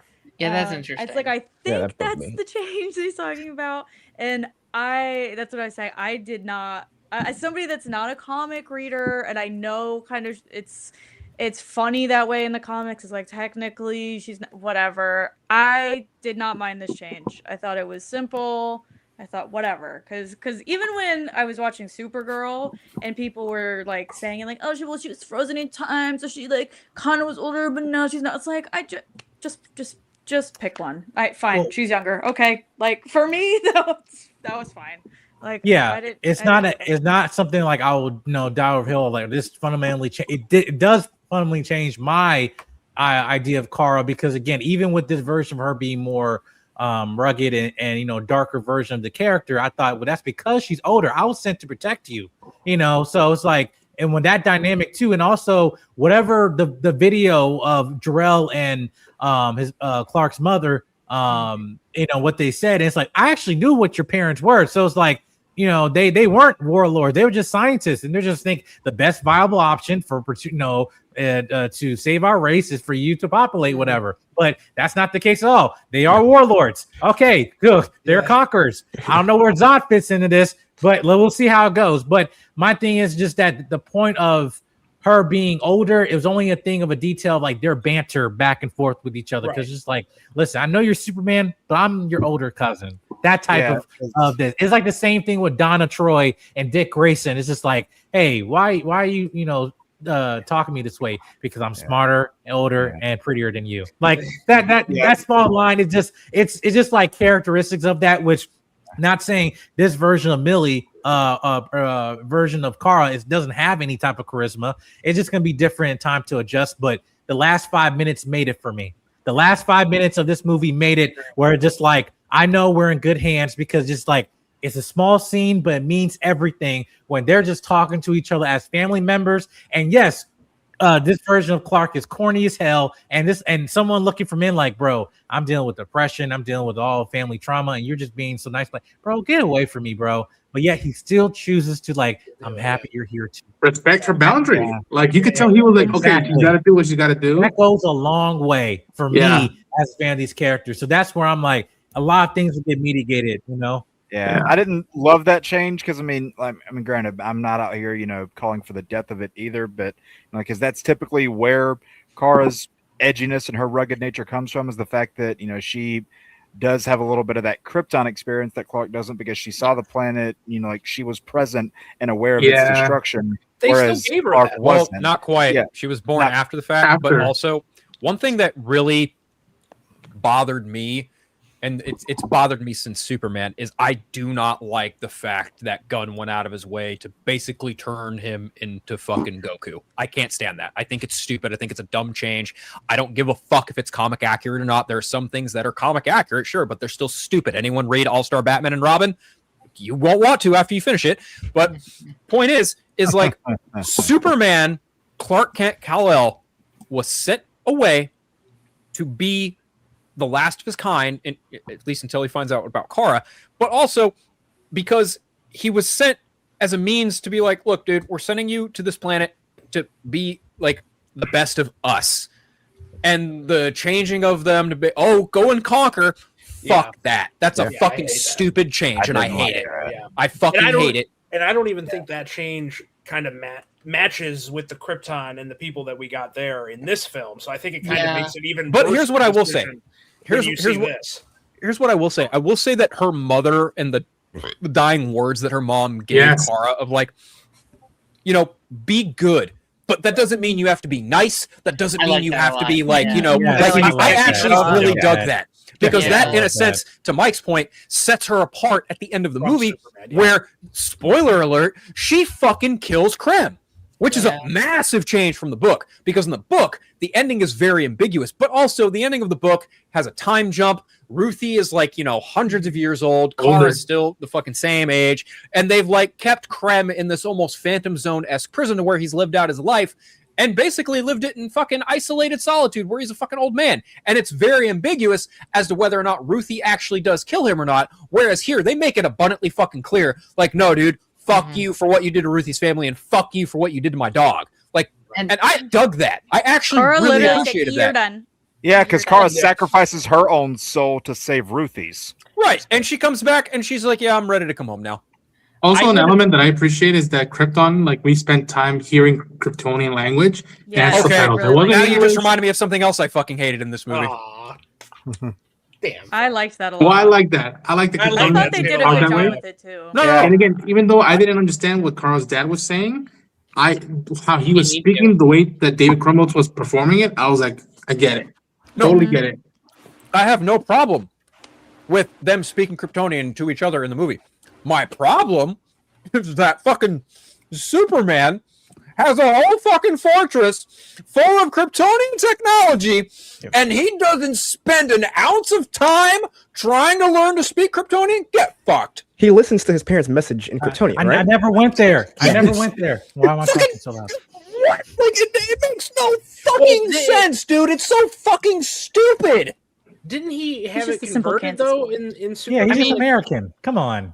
I thought he had it converted. He didn't actually know that. Yes, but I think he's choosing that not to was learn it. before the event of the movie, so I would not be shocked if after Kara arrives, he's like, "Oh no, I'm going to dedicate my time to learning this language." Brother, he has a whole fucking fortress full of Kryptonian science, and he doesn't understand a lick of his own fucking language. I'm not fighting against that at all. I'm just saying it's the, stupid, dude. It's bad, poor writing, is what it is. For a joke. I didn't mind it. I get it. I get it. I don't hate it, but I get it. I mean, for me personally, he should have learned the Krypton language.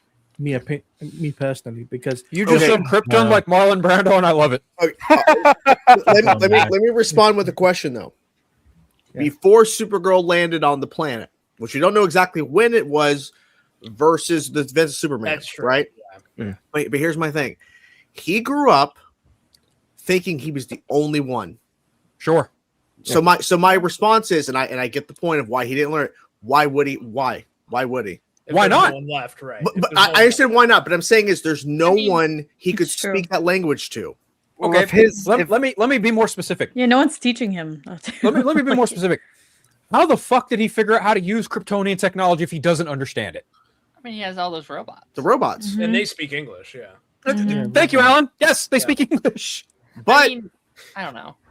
I don't have a problem with the sophistication of those robots. They probably plugged into the internet and figured out how to speak English. Right, yeah. To speak with Clark, who was raised on a farm with they farmers. specifically sent him to Earth, so like they probably had information before or something. Mhm, But I also I know this is a dumb comparison, but think about don't. But X-Men Apocalypse, he touches the TV and learns about the world through the learning. So I'm not saying that's what happened, but like that's the same implication that the robots, like at the fortress, learned how to speak with Clark so they could. And I get it, but hey, why can't they choose a Kryptonian? I mean, I Why'd guess you the gotta guys in the remind me story of that? are not going to be that Issue with it, connected but- to his Kryptonian side. Really. Why'd you got to remind me of that? I mean, you know, I've had books with like other languages on my bookshelf since I was like 8. I haven't touched those ever. Like I get again, I think it's a solid point to be like he never thought he would need it, but I also get your point, Phil, where it's like you would think Superman of all people. You know what? I'm kind of more on Phil's side now I think about it, because one of my favorite scenes in Superman and Lois. I know I'm going back to CW. I'm so sorry. I know what you're talking about. There's a fantastic scene when he's doing a interview with Lois and he's speaking in these other languages, because like I want to learn about all these various different languages and peoples and cultures. So I'll take it a step further. Here, I get it. I don't know. And in a show that I'm not a huge fan of, you literally had Tom Welling and Christopher fucking Reeve Fantastic. show him Yeah. Kryptonian language, and he's like, "Whoa, like what is that?" He genuinely wants to fucking learn it. Sure. But Yeah. I get it.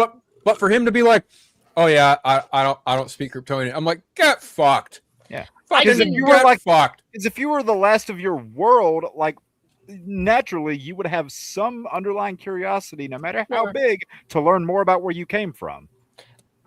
But Yeah, I think that all works at least a little bit better for me if he, from the day Kara landed, is like, oh, I need to get my shit together and I need to actually learn this culture and learn this language, because we also don't know exactly when she landed. Like we don't know how long it's been in between.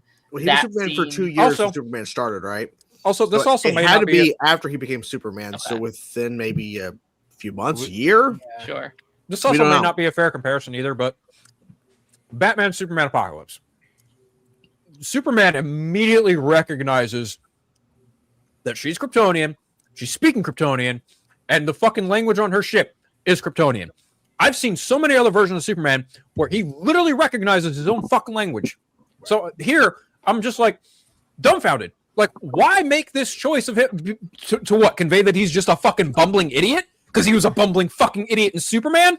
I don't know. I mean, I don't think agree it's with that, but emphasizing they're young in their career. Like all of them are like only 3 years in. It's like it's the same thing with, I guess, in early stages of Batman of being in year 1 or year 2 of what the Robert Pattinson Batman version. But I'm saying is that I think is because of the longevity of this universe, we're gonna have to take a couple of years for some of these characters. Like, all right, I know my Superman.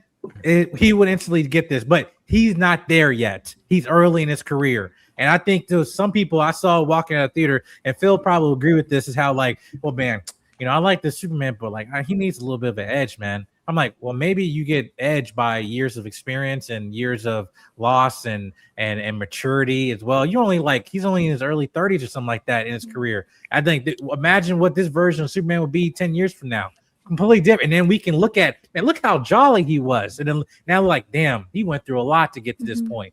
And then as a viewer, we will respect those characters, and not just him, but with multiple people. Batman, not just being stern all the time. And now, like, hey, I'm a dad now, and so I have to loosen up a little bit. Those things, and again, the interaction, those characters change who you are. But I don't disagree with you, Phil. We're like, yes, if I'm the comic book person, I'm as a fan, like, should he know Kryptonian language? Yes. Yeah. He should. If you got the Fortress of Solitude, you got motherfucking robots and all that stuff, you should name, have at least have some sense of knowledge, or at least a translator or something that you could have put on or whatever. A few phrases. But that's just, yeah. I did like the little stuff in this movie where they had Kara like on the different planets conversing with the different aliens in their dialect. I thought that was kind of interesting, like a little bit of world building, showing that she learned some of those different ways to communicate with those aliens. But was the scene a little off when she's like screaming in that one's face a little bit? Yeah, sure. But I was like, hey, you know what? That's a little bit of the what's the word I'm looking for?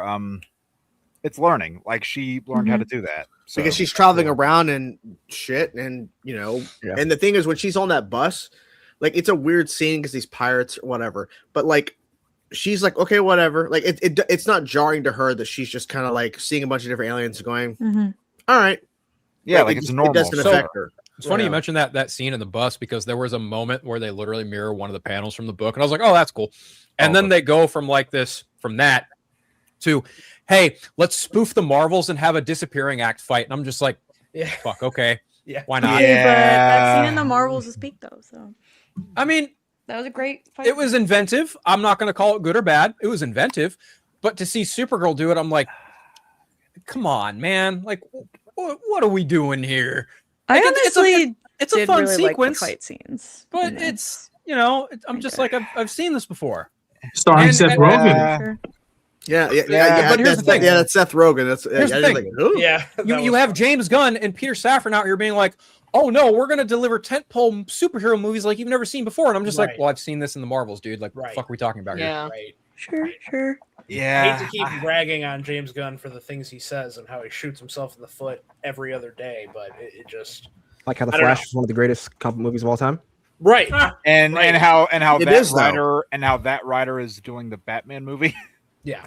Allegedly, he hasn't confirmed that. Well, supposedly, yeah. I mean, Yeah, I don't blame him for the Flash one. Like you're the head of the studio. I You do. have to- Well, you have to boost up your own I movies. blame him kinda for do the now. ending. Well, That that wasn't even yeah, his that, movie though yeah. either. That was the thing. It was like No. Now the one that I was the don't scraps. the one I don't blame for that movie is Muschietti because he just got it to I the don't fucking either. finish line. Yeah. No. It wasn't his movie by the end of it. And I'll say with that movie, he made that movie better than it probably ever should have been. I Like, agree. all the I good mean- elements, I think, were from him. I mean, Personally. the fact that after all the hell that it went through, Yeah. the fact that it's at the very least watchable is surprising. But yeah, I don't know. I just again, and I don't mean to keep going back to what Gunn says, but it's You just- love talking about him. It's okay. I don't know. I feel like we got to keep a little bit more of the Rent-free. same energy that we had for the previous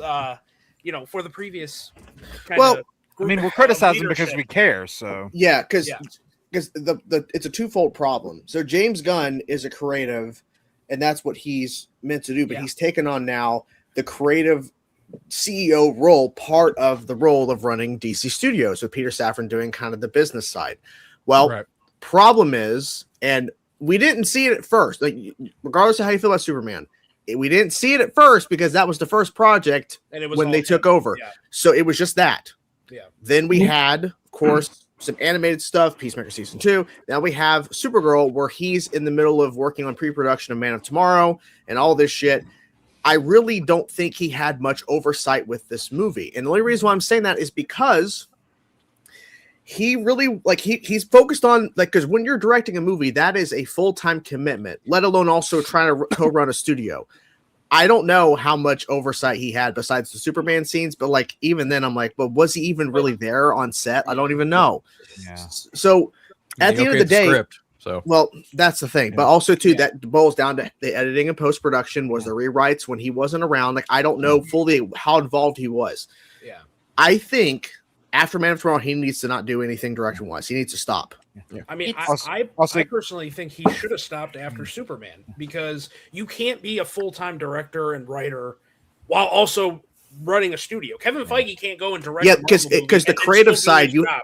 because the creative side, you have to approve scripts. You got Right. there's a lot of stuff you got involved in For that. sure. So how could you do all that Right. plus direct a movie? And then having the first 3 projects of this universe too, like that he did so much last year Yeah. with this universe, and then we didn't even get a chance to really expand it outside of projects that were directly related with him. Mm-hmm. Yeah. That, like, we don't really have an idea of what this universe yet is going to look Yeah. like without him. Yeah. So And maybe this it's is not the greatest tell, right? yeah. Like, So maybe it's a thing to where, like, it may seem like we're quote unquote no pun, jumping the gun, like assuming that this is not going to work. But in the hypothetical, Man of Tomorrow comes out next year and it's received well, better by critics and audiences, and it makes more money than Supergirl, which I think it will. But who knows? Yep. Regardless, that's not a sign of, okay, James, now you have to direct another movie to keep success going. We need to give other films opportunities, but that means you have to take a step back and actually be a part of their process of making their fucking movie and make sure it gets to the finish line as best as possible. Because I just think this could have been a better product if there was more focus behind the scenes. Yeah, and it's what's going to happen is that just like anybody, what happens? Burnout. Load the gun. And yeah, you don't want to admit it. Yes. You can't admit that there's a burnout. And yeah, you can have your loving wife be on the press tour and talk to Brandon David and like, oh man, we're having such a great time. This man's exhausted. Yeah. Have you not seen? You can see have it. you not seen the press line for Supergirl? This man is tired and he is stressed, bro. Like, and that's what I'm saying. I don't wish that on anybody. But this is the thing about pride. And I'm not, and as much as everything that this person, and ego, he created ego, even that point. But the point of right, but the point of I'm saying with James, everything that he's gone through, he has my utmost respect. But I'm just saying, dudes, like I already see the longevity of like problems that can happen that could be easily resolvable if you just take a back seat and be the visionary and actually be the art and give the artistic vision. Like you have, like James Gunn has an eye for artistic creativity. Like even when, if you go back to the featurettes for Guardians of the Galaxy, the special editions behind the scenes of him showing like he made a whole backstory for one of the planets in Guardians of the Galaxy and the visual direction and everything. Like that's a part of things like, hey, we want the DC universe to have a look, to have a tone, and that's to say that, oh yeah, but by the way, I'm writing this movie, I'm writing these 8 episodes, these scripts. On top of that, I'm also writing this animated show, and it's too much, man. And now I'm writing anybody.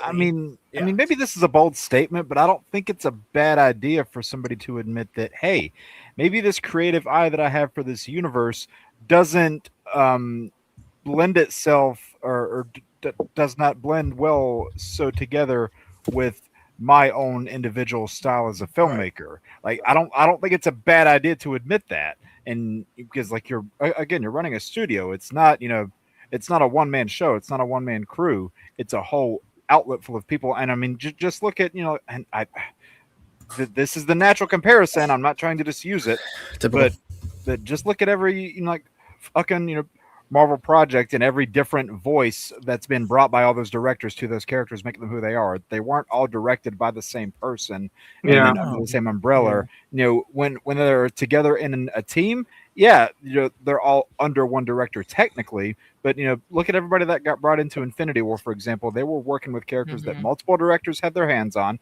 multiple writers had their hands on, characters that had evolved over an X amount of time. And it wasn't just all one person's vision. Like you look at all those characters and they all felt diverse in their own way. And they didn't feel like, oh, hey, these are all Kevin Feige's Marvel characters. It didn't feel like that. And that's the difference between a Feige and a James Gunn. You will never see Kevin Feige going and directing and writing a movie himself because he knows he can't do that and also shepherd this entire studio with all. Because he's also by himself. On top of that, like he doesn't have a have a co-lead too. But Peter still, Safran isn't really even creatively. I was actually thinking he's not. Yeah, he's the business side. He's the business. Funny. He's not really creatively anything. But. It's funny. I was actually thinking about this in that, a lot of studio heads who want the success of what Marvel Studios did back before COVID, there was that phrase of like, oh, we need our own Kevin Feige. Well, that's just the problem. You're never going to get someone who is like Kevin Feige, because Kevin Feige grew up be in a movie producer role from the time he was PA on Lethal Weapon 4 from Donner up until his tenure through Fox on X-Men and even into his role Spider-Man, now. Right, exactly. And now his role as, chief of Marvel Studios.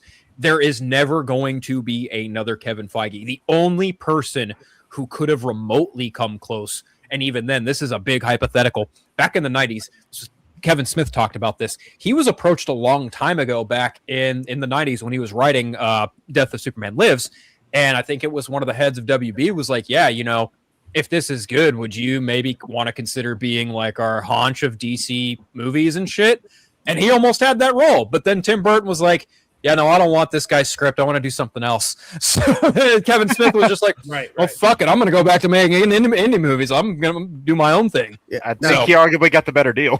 Now, he did. I think Talati's been like, what were you trying to say, Talati? I know you've been trying to speak up for a moment. But I was going to say, when it comes down to James Gunn, I don't think he should be making Man of Tomorrow. I think it should have been somebody else. Yep. I think personally it should have been somebody else to direct that role. Direct that film, because I think doing the one Superman film is more than enough, right? And I feel at least start it. Yeah, but here's the counterpoint. Maybe Darren was about to say this. Would we be saying? Would we be singing this tune if Supergirl was good? No, we wouldn't be. Let's be honest. We would not be saying any of this right now. But it's because this movie was not received as well as we were hoping it would. We're jumping the gun and saying he should not. But then again, this has been said before Superman even came out that he should not be doing any directing. Right. But it's a new universe. He's establishing a new thing, regardless of how you feel about it. Yeah, go ahead, Darren. Well, look, I was also kind of play a little bit of devil's advocate of him directing this one. Is I think this is kind of part 2 of him establishing the world. I'm not even disagreeing with what you're saying, because I do overall agree. But I do think this is the movie that is introducing the DC universe. Like, this is a movie with Superman, with Green Lantern, with Hawkgirl, with Supergirl, with this is. Oh, Man of Tomorrow. I thought you were talking about Supergirl. Like what?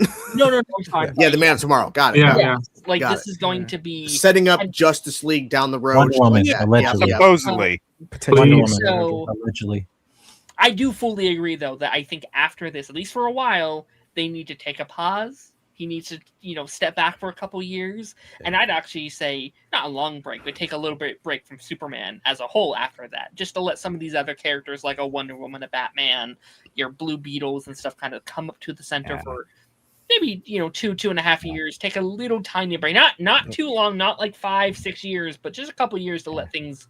Yeah, because we could get Man of Tomorrow. Yeah. We could hypothetically get a John Stewart Green Lantern movie if that makes sense. Yeah. We could get I forget his name, who played Blue Beetle, who they said he's coming back. Solo. Yep. He could get maybe not a movie, but like he could something. Yeah. And then Wonder Woman, like you could do these few things, and then by the way, here's Justice League, and here's David Corenswet, here's Millie Alcock, and maybe they could appear in other projects so you don't forget. Because I think that's the thing that Marvel's running into that they hope it will fix with these two Avengers movies is that you introduce a character and you don't see them for 6 years. Yeah. And so, and maybe James's point is like, okay, well, I'm going to have a character. I'm going to keep bringing those characters back.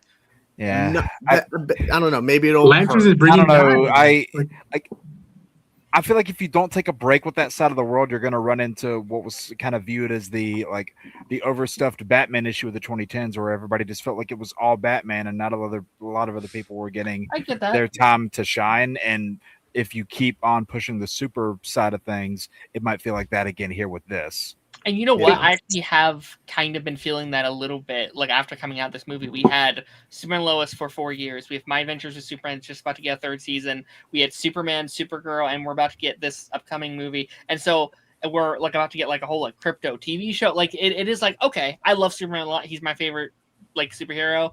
But I'm excited to see these other heroes pop in. Yeah. Can I say that like we've been talking a lot about the DC universe and James Gunn. I want to make it clear. Even though this film was I dug in, it was fine at best.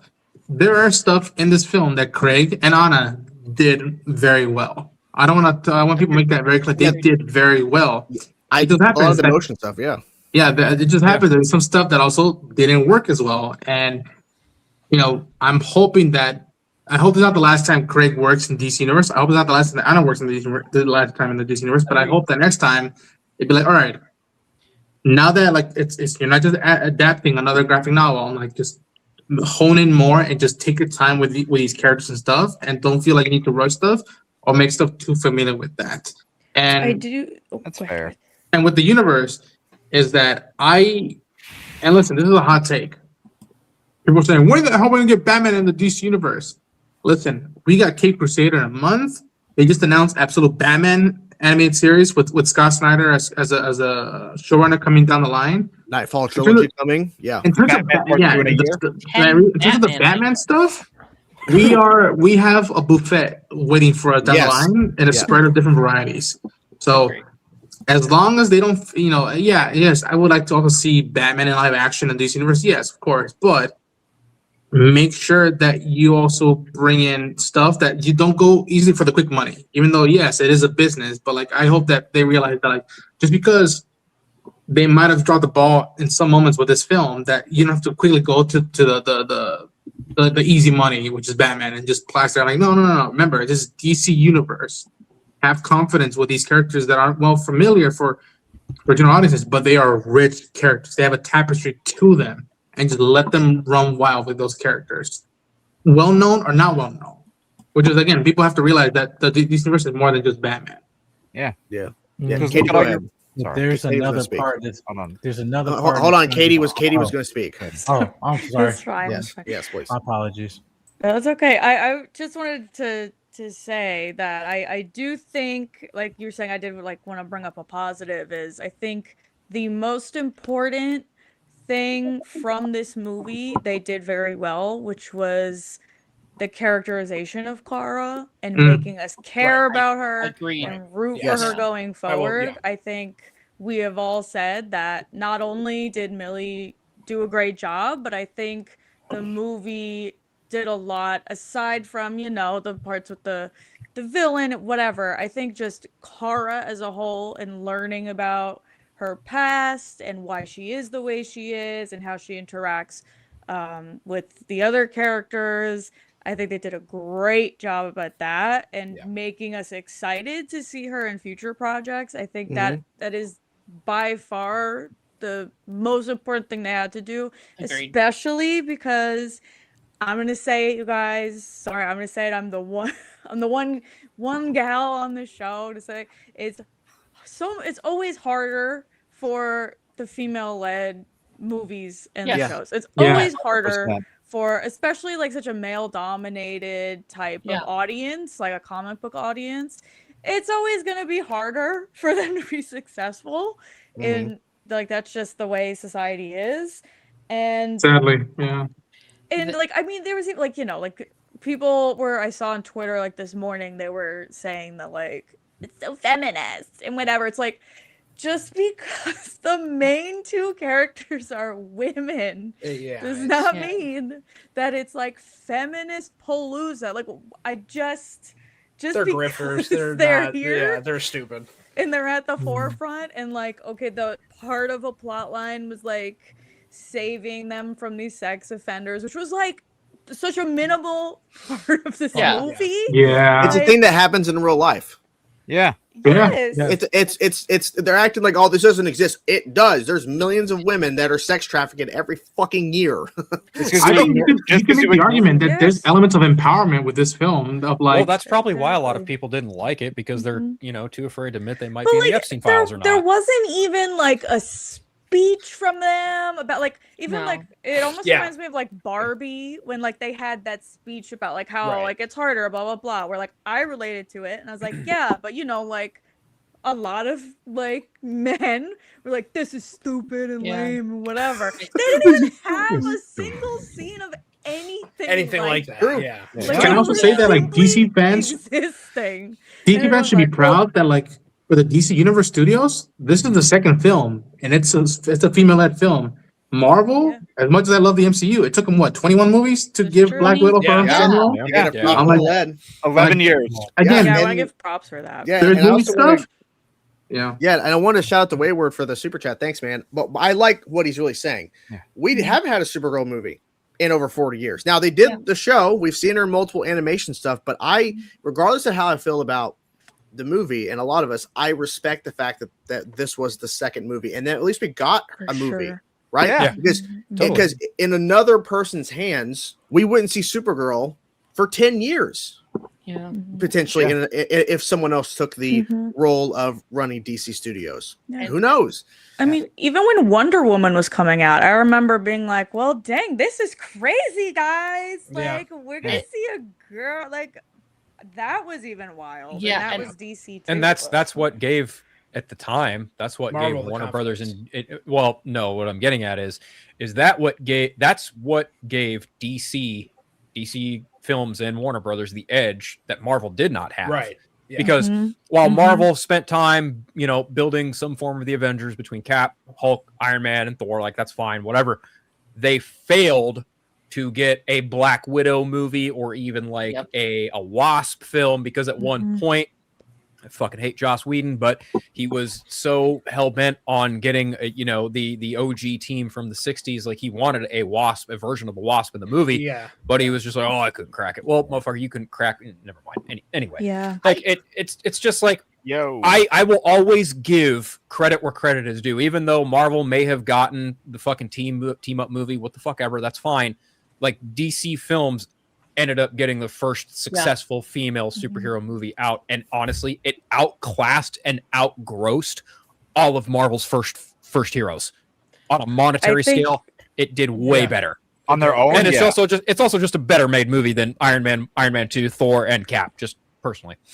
I think that's why it took me so long to get into Marvel, because obviously, whatever, some of you guys like aren't that familiar with me, but like, I need my gals, I need my girlies, and like Marvel at the beginning, like even like Nathan Rojas, he's like, watch Iron Man 3 and watch this, like I don't care, like I don't care, like give me somebody I can relate to, and Marvel didn't do that for a good minute. Like I can relate to parts to whoever, but like I need somebody I can see like myself in, and I couldn't see that like as for a prominent character. Like Black Widow was in them, but like we didn't get to see that forever. And even her characterization at the beginning was not great, if we're being honest. Right. Like they didn't handle that very well, especially in Iron Man 2. Like, what were you gonna say, Darren? Yeah, I do think there needs to be like a serious conversation about how these female characters are being treated and how they're being made, and they've got such a bad rap. And I saw a bunch of accounts this weekend being like, I think it's time that we finally let go of like the female superhero movie, whatever. And I'm like, we are in such a dangerous spot of regressing all of the growth we have spent the last 6 years building to.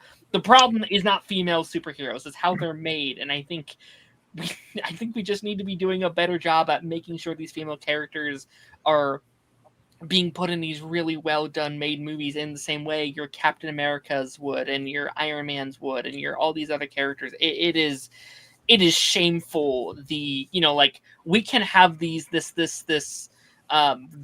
discussion here about things we don't like and all this stuff, but like there was an agenda against this movie from day one. There are people that years before we saw a trailer, years before we knew anything about it, from the day it was announced, there were people targeting this movie in the same way they targeted Captain Marvel, in the same way they targeted, all of these female Marvel movies. Yes, it is disgusting how it's treated sometimes. She-Hulk. What are you gonna say, Mike? But there's another conversation that we also need to have, which is going about the critic responsiveness, because as much as you said that we have to have a conversation, what comes with conversation is being honest.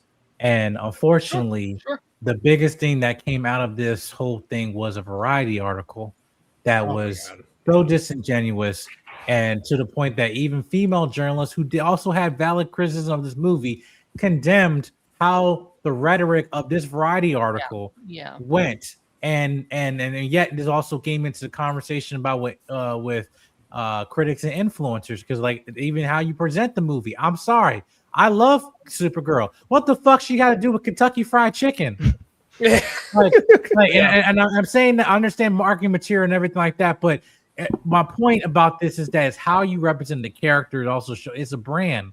And I think positively of Supergirl, just like I think of Black Canary or Harley Quinn, Poison Ivy, all these other characters that I know are multidimensional, and I'm just waiting for them to have a live action debut in its fullest extent.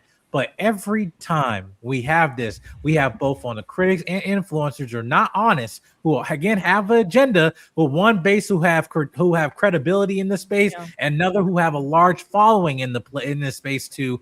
And that's where the part where it kind of gets frustrating for a viewer, just be like, can I even trust what the media is telling me now? Because I'm seeing people on Fox News and CNN talking about this and not even being given no sense of care or respect that you would give review bombing all the white male character. Like you did the same thing you did to Captain America last year, and I still didn't like the movie. But even then, you're analyzing when he talks about what I view America to be. The same thing that Chris Evans said, like, oh, Captain America doesn't just represent America.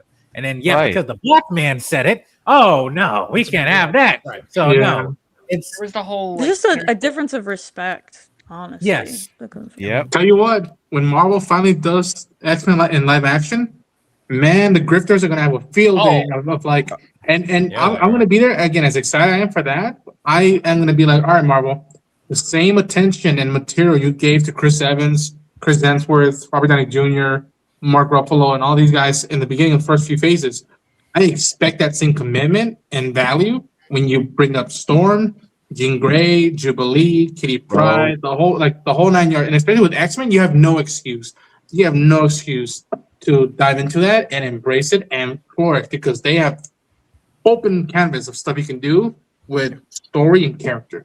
Yeah. Right. And to Darren and Ronan's points that they made about like the way to have these female characters on the front lines. The problem is not that of female characters on the front lines, not at all. Because I mean, shit. I'll give a good example. I know it didn't make a lot of money, but people love Thunderbolts. Yelena's the head of that movie, and they liked it because she was a well-written character with a lot of depth, a lot of layers, a lot of nuance. And if you give your character, male or female, black, white, blue, purple, whatever, if you give them a lot of nuance, a lot of layers, and a lot of depth, people will by default start to connect with them at least a little bit more.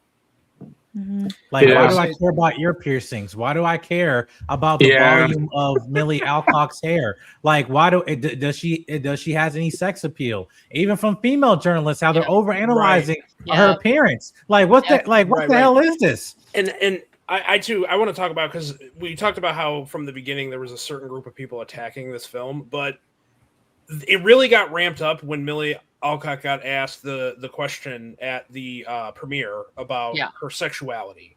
And I don't think what the answer she gave was wrong. And like Katie brought up before, that wasn't even really present in the movie at all. They didn't even really discuss it. It wasn't a part of the plot.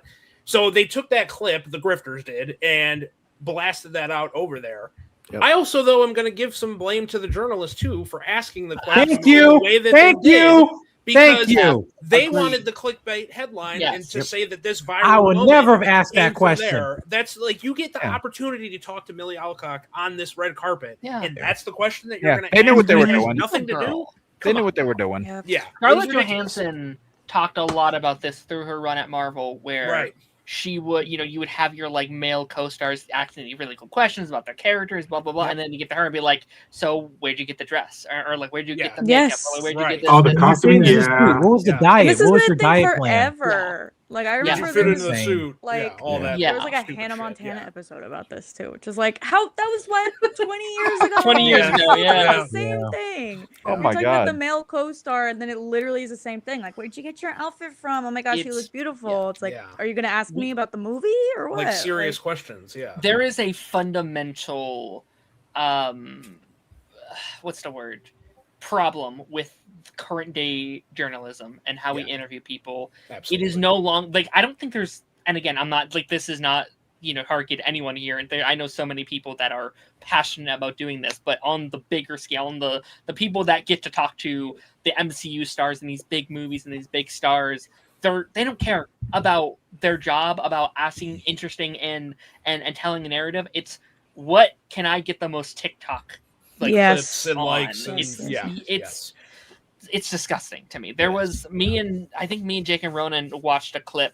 I don't remember. Oh, the AI one. The AI one where it's like, oh, sorry, I like had AI write my questions after asking a bad question. It's like, you don't care about what you're doing. You don't care about being a good journalist. You're it comes to the point you don't even deserve to be there if that's No. the type Thank of job you. There's you're no gonna do. integrity. Thank you. Yeah. There's no. You don't Also, deserve Conan to- brought it up in his podcast of like now they're making these like celebrities do like activities while doing an interview, or like they gotta like eat something or like gotta do these like courses while answering questions. It's just like it's a weird time when I like there's very select few people who do interviews that I watch their stuff because I'm like, all right, they're not just looking to do a bit or looking for sound bites that they generally want to time ask and about place. the making of this film. And also I think the studios have to find a way to like get the talent, their actors and actresses and directors and writers to be able to talk about the film and not worried about like I can't talk about the film because it'll spoil stuff, and it's just like it's a two-way streak of like trying to handle promotion and yet trying to keep surprises for audiences who go into a theater who either have no baggage to a character or movie, or people who are the biggest fans of said character or story. Yeah, I mean, The look at studios all are to blame for that too. You know, they take responsibility because they put these actors in these positions, and because they want attention and they want likes and marketing and everything. They don't really care what these actors have to deal with when they're in these positions, and it's because they signed the contract and you're kind of just stuck in this. You're stuck doing it. You're stuck being doing the asked these thing. dumb questions. Yeah, and then you have it to where it feels like at times. I'm not saying this is why, but it feels like at times certain people are cast because of what they do on social media. They're following, right? That they can help boost the movie. Because I forget her name, but she played. Oh God, in Master of the Universe, I forget her fucking name from Riverdale. Camilla Mendez. It feels like Camilla Mendez might have been cast partly due to her huge TikTok following because she got the cast to do dancing TikToks for marketing purposes for the movie. So while they're shooting the movie, she's getting them to in their costumes doing these dance videos that blow up on social media, and they think that's going to translate to box office. That movie fucking tanked. Now I understand Amazon doesn't care about box office. I'm just saying it feels like at times they're looking at followers on social media. How is that going to help our marketing? Right. Right. I mean, in fairness, though, you could argue that Reddit cast the fucking Superman movie between Rachel Brosnahan and David Corenswet. Yeah, you're not lying. No, I'm not. You're not lying. James does pay attention to the internet castings. Oh, 100%. Like, Too don't much, be fucking shocked if fucking Brendan Sklenar ends up being fucking Batman. It wouldn't shock me. Or Alan Richardson. No, I hope. I'm not. I understand you may speak no, but I'm saying that's another. I hope big one, neither one of those things happen. I truly do. Like I think Sklenar's likelier, but yeah. I want Andy Muschietti to be able to choose fucking Batman. That's what I Right. want, but I don't see that fucking happening anytime soon. Did you guys already talk about Lobo? Go with what? We have not because we've been kind of sidetracking about a bunch of other shit. Okay. Yeah, let's reframe to the movie itself. Because So as Ronan said, Lobo, I think it's fair to say all of us enjoyed him to some extent. Was he? Sure. Did he need to be in the movie? No. But why was he introduced? Because Jason Momoa was hounding, wanting to play that character. Fun fact: Tom King initially wanted him to be there. He wanted Lobo in the book, but he wanted to write a Lobo book. Yeah, but editorial was like, maybe not. So he opted not to include Lobo. However, when the opportunity arose to do the script, I don't know if it was Nogueira or James Gunn or whoever. Lobo's in the fucking movie somehow, so they gave it to Jason Momoa. So I mean, the first day that James Gunn got the job as head of DC, he posted that picture to Twitter with the picture of Lobo saying "Glad to be here." So that tells you that he had plans for him somewhere. It was also like a marketing thing. Like Lobo's a very easy character to make action figures and Funko Pops and put them on Happy Meals. Yeah, so I get that. I think he's fine up to and to a point, and I think you guys talked about it earlier, but I think he should have stopped at the jail sequence. Like I think he should have been left in the jail cell, and then maybe you can have something at the end recapping it. But I think when he's in the final battle, he's just kind of standing around and watching, like he's basically eating popcorn. I was like, okay, like they don't know what to do. Being like full Jason Momoa too, like not one even problem I Lobo had anymore. Yeah. One problem I had with that sequence was like, dude, you're fucking immortal. Just kick the door open and get out. Like, what are you doing? Just sitting. Like, why are you just sitting around, dude? Like, get your bike and get the fuck out. Because they wanted Ruthye to do the cool shit and trick the guard. It's all scripting. plot convenience. Problems. Right, but even still, it's just like I don't know. I when I think about comic book films, I take all the tangibility of it as much as I can. But when it got to that sequence, I was just like, yeah, this makes absolutely no sense other than the fact that Ruthye needs to do something to get out of here, and he's here for comedic relief. Yeah, there just has to be some level of verisimilitude when it comes to this stuff. Like there has to be. There's the word. Yeah, that's a big word. Yeah, that's a big word there. Yeah, like you just it has to be able to keep it to where you can buy what's happening. Certain things happen, and you're just like, okay, that happened because the plot needed it to. Yeah, and that's what I don't like. It felt like certain things were unfolding in the script. Yeah. That was too convenient. Yeah. Like I said, the opening with Krem just letting the girl who he sex traffics girls leaves her. Yeah. And then, like you said, like he could have easily, because he kicks the door when she starts to unlock it anyways. Yeah. I think, but wait, didn't he say a line? He was like waiting. He was waiting for something. Like, because ultimately, why was he captured? He was only captured to just, be in the third act in the fight. Yeah. Because realistically, he didn't have to get captured. No. But he was just chilling because whatever. Something like Hunter waits or something like that. Yeah. So it feels too convenient to have him there because you didn't need to. But I think they're doing it because they're going to set him up, and he's probably going to pop up in Man of Tomorrow, or he's going to be in some project in 2028. But whatever. I liked him. I had fun with him. He was hamming it up a little bit, but it's because he's been dying to play this role. Because of course, every single moment he was going to really relish in it. I was okay with it, but I was shocked how long they kept him like smoking a cigar. Like that's very Lobo-esque. But in this day and age, I don't know how people feel about putting cigars and cigarettes in movies. I don't smoke. I don't advocate for smoking, but I was like, that's Lobo. If he's not smoking a cigar, I mean, I'm pretty sure he would have been very mad if they said you can't really smoke a cigar. Like what? Right. I mean, you got a guy who calls himself the main man. If he's not hamming it up at least a little bit, I would be. Yeah. I think somewhere down the line they are probably going to do a Lobo something. I don't know if that's a he said series. He has to. It better be R. If not, he won't do it. Yeah, because the thing is like some of these projects they tend to carry over no matter who owns them. I mean, case in point, Ben Affleck was going to do a Batman movie that fell apart, and then Matt Reeves eventually got to do his own thing. Like, and there you could argue that there are elements from Matt Reeves' movie that could have been possible carryover from when Ben Affleck was on the project. Case in point, at one point in time, Michael Bay was attached to do some kind of Lobo project, and then that fell apart. That doesn't mean that, I mean, it means that the project did get canned, but inevitably the idea, the script, the story, that's all there for James Gunn to pull out of the vault and be like, we could use some of this. Right. We just have to rewrite it to some extent. Shout out to when they almost did a Lobo TV show over on the Sci-Fi Now. Yeah, based on Krypton. Yeah. Really? Yeah. It looks pretty okay too. He didn't look bad. The whole notion of using carryovers from things that didn't happen to things that eventually did. The ultimate example that I think of in recent comic book films of this century, you look at a film I don't want to go off on a whole tangent, but like X-Men First Class, you can tell clear as day that movie uses concepts of the failed X-Men Origins Magneto movie that they were going to make that did not get made after Wolverine. 1000%. So that's the clearest example. Or even like in this movie's case, there was a point in time where Sasha Kaye was promised her own movie as Supergirl, and then that did get folded into what this inevitably became. Yeah. Anna said she was working on a script, for Supergirl before Woman Tomorrow. Yeah. I do just want to say about that comment. I think we kind of we did kind of talk about it earlier, but I think she took the. I didn't mind it because she kind of took the brunt of it, I guess you could say. Or you guys know what I mean. Like to like not darken her. She sacrificed her own light. Yeah. Right, because Kara knows what it means to do this. Because Kara probably took lives while she's out gallivanting and going crazy. Mm-hmm. I mean, it probably happens. But she's thinking this is a little girl because she's a little girl. Right.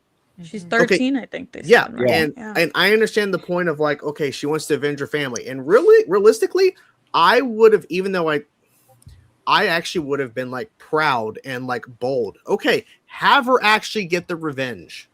Yeah, sure, it won't bring her parents back, but she set out the thing that she wanted to do, and maybe she proves Supergirl wrong that it doesn't affect her. It doesn't change her in the way she thinks it will. But I also understand the point of having Kara make the decision to do it. Because ultimately, this guy deserves to die anyways. Because Yeah. with that family that did betray them in the middle of the movie, which was so fucking obvious, it was that scene. Yeah. It's so fucking obvious they're being betrayed. Yeah. But he kills the daughter. They didn't reunite with her mom and dad, and they kills both of them. That alone, okay, all right, well, yeah, this guy's gonna die. Like he's just cold blood murdering, even though he already did that in the beginning of the movie. He's just doubling down why he needs to die.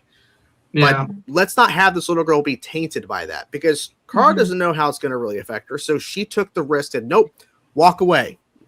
All right. Yeah. She knows how it affected her, like when she had Yeah. Yeah. she was So younger. she thought, okay, this may be the same experience. But yeah, so I understand that point. But yeah, I will say And also- when it comes to the writing, I think one of my problems with this movie was they didn't do a great job at kind of bringing those two separate storylines together in like a cohesive way. Like that's where I think a lot of my problems comes with like the editing and the pacing, is because you have this storyline, you know, with Ruthye and her family, and she wants revenge, and then you have Kara's storyline where she's at the beginning of this film, gets brought in because of what happens to Krypto. And I feel like they had opportunities throughout the film to kind of mesh those storylines together better, and they didn't. And then when I hear things like, "Oh, there was more to this movie," there was another version that was 20 to 25 minutes longer. I feel like a lot of those problems come from them cutting and then trying to sew together these storylines to try to get them together, and it just didn't work fully for me. And that was the issue I had with those kind of concurrent storylines. I think. Oh, sorry. Go ahead. Darren, go ahead. No, Okay. Darren, you go ahead. You were trying to say. No, like I think like there's that moment when they have their like big fight after like the big Lobo battle, like outside the house, where like they're having that like classic like argument for the sake of an argument, and I think there's a world where that scene works for me. Like there, like I like the idea where it's like, if we would have just killed him, this family didn't have to die, and all these things didn't have to happen. And I think in theory it's a good scene. And then like 5 minutes later, I was like, "Oh, I'm sorry, I shouldn't have done this, blah, blah, blah." I was like, you had no time to. There was a lot that should have been there. Yeah. To sit in like in those moments and like in those ideas. It's like, all right, we're back to normal. All right, you know, it's on the move, and it's due to pacing, and I think it's due to stuff being cut. Yeah. Because I really do think, okay, we got to keep this thing moving, and I think. I think it might have been Phil who said it, that there was a lot of stuff that just it's kind of boring at times, like things are just not really happening. It's because they probably this is too slow. But for me, it's like, even if stuff is slow, as long as I'm engaged with the narrative and there's a bunch of dialogue, but it needs to be there to establish and develop character, then I will take that over rushing past this because we got to get to the action. And sure, the needle drop and all this shit in the third act. Yeah, the CGI questionable. I thought that was some of the best stuff for me, action-wise, because she's actually in the Supergirl suit, kicking ass nonstop. Finally. Fight was awesome. Right. And I wish they didn't show it in the marketing, but when she's like flying Krem and just slamming him over and just wheelbarrowing him, loved it. But I didn't want to see that in the marketing. I wanted to see it in the movie because I felt it worked. The needle drop, that's a separate discussion. The visual of it, but I wish there was more of those moments, even if she's not in Supergirl suit, that felt super, right? Some of the action was just bland, like outside with all the Krem army and shit, and there's Lobo. It felt very generic. Yeah. Like she's doing a bunch of kicking. She's like, fly more, do more stuff that Supergirl would do. But yeah, you're like kick, punch. I'm like, what the fuck are we doing here? And I don't know if it's because of the director. He didn't know how to shoot the action. I don't know. I don't know if it's because of when they were actually developing the action scenes, it just wasn't coming out the way they thought. I don't know. Whatever is happening, it just didn't flow. And I think there's a world where that could work too. Like someone who has been not using her powers and like not, you know, doing these very Supergirl-esque fight scenes for a while because she's just going planet to planet, getting drunk and partying. I like there's an artistic style that could be her more grounded way of fighting hand to hand and kicking and punching. Like there's a world, but it's unspoken. Like we have to put that sort of narrative into the movie. We shouldn't have to put that into the movie. So it does become more of a like, why aren't you doing this, and this? I think that this is, you know, see, I love when I just forget words, but like maybe a polarizing take, but I do think there are like character driven movies and plot driven movies, and I feel that this was more of a character driven movie, Right. which may have been why I liked it, because the plot was pretty basic, but for me the most important part was like developing a relationship and caring about the characters. And the movie was essentially like, aside from the Krypto plot of it, was Kara protecting Ruthye, like physically and mentally, I would say. So that's the part where I'm like, I'm loving it. I'm feeling great. I love them kind of bonding with each other and and I loved that aspect of it. But there were boring parts of this movie. Yeah. And so much of it was just like, going to this planet. Oh, we missed him. We're going to go to this next planet. And then it's just like, I want to see more of the relationships developing. And that was my favorite part. And that's what I felt was the strength of it. So I could kind of see maybe for people that are more like plot driven, or that prefer more of a plot driven movie, why they liked it less than I did. Where for me it was like, I loved my characters and I feel chill about it. I feel cool. So I feel like this was more of a character movie. One of the things that I wish this movie would have done, especially when you look at like what the book does, and this is just something that I like in general when it comes to these different movies. One of the things that I really loved about Creature Commandos was the world building and getting to explore all those different areas that they went to, and like how those different parts of the world kind of acted as one clock, if you will. And I would have liked to get something like that with this movie, with all those different planets that they were going to, like something that you would see in like an Andor, for example, where, like all of those different spots in space where you're like, yeah, I know that got Ronald's attention. But whenever you're, like learning about all those different places that your big action set pieces are happening on, like, why are those places important? Like, how do the people there get by? What's their relationship to that place itself? I always like whenever your stories go into that sort of thing. And I think Chainsaw said it earlier, that visually a lot of the planets just looked very samey and didn't really stand out. And you contrast that with the admittedly dull space visuals when you're just in like the vast reaches of space itself, which is, again, I hate to do this, but say the line, Bart, in deep contrast to the book where it looks beautiful on the page. The bits of the world that we were exploring, I just didn't find myself caring about where we were and why. Because you're moving so fast through it, you're not really learning anything about what's actually happening. It's just like, okay, plot, keep moving. Who cares? Yeah. And that's just, it doesn't work, and it kind of hurts the overall narrative when you don't care where you are. Like the text tells you what solar, like if it's the yellow sun or whatever. That doesn't tell me shit. I don't know anything about this place. All I know is this is a place that Kara knows. This is where Krem was. Now we're going here. Oh, there's a green sun. I don't care. Yeah. And there were so many moments like that where it was like very clear, like this was expanded on more in a different cut of this movie, in a different version of this movie. Yeah. So it's like you can see where it could have been improved and been better, but it was cut. And I don't know. Like, we need the extended version. Right. Yeah. I think Agreed. I'm just a sucker for the world building, so I don't know. Maybe I took that complaint a little too far, and maybe I might be blowing it out of proportion, but it was just something I wish we could have gotten more of. That's fair. Yeah.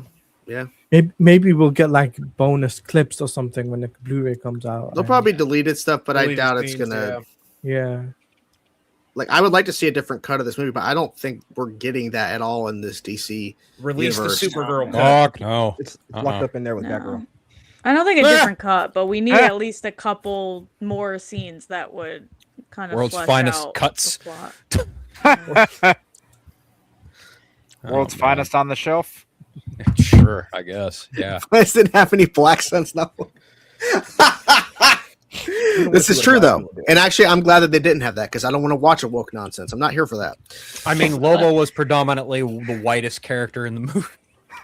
I have to say, physically, again, as like not a comic book reader, I don't know how accurate it totally was, but I thought he looked phenomenal. He looks I thought he was so he looked fascinating. Yeah. I think he looks like I think he looked better than the marketing made him look due Yes. to like low res Yeah. stuff because there were shots in the trailer where I was a little concerned. I was like, I don't know, and then like once I was there, I was like, oh no, he looks fantastic. He looks great. Yeah. They're like brighten his eyes and whatnot.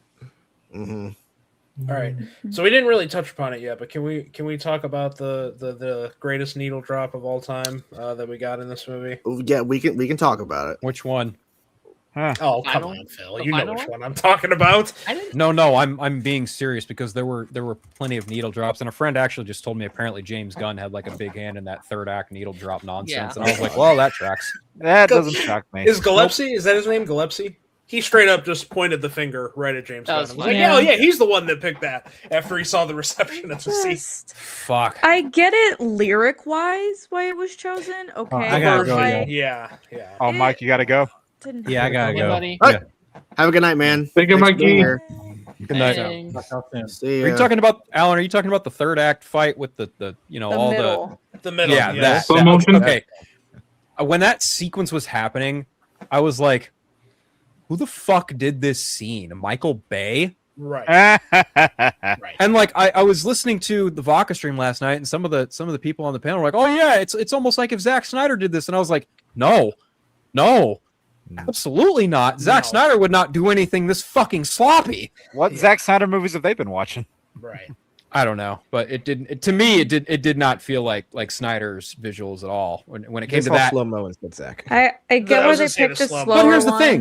to But here's match the thing, pacing, like but- Zack Snyder does slow mo really well. Michael Bay does not. Zack Snyder also didn't invent slow mo. That Right, too. yes, That's that also too, very yeah. true.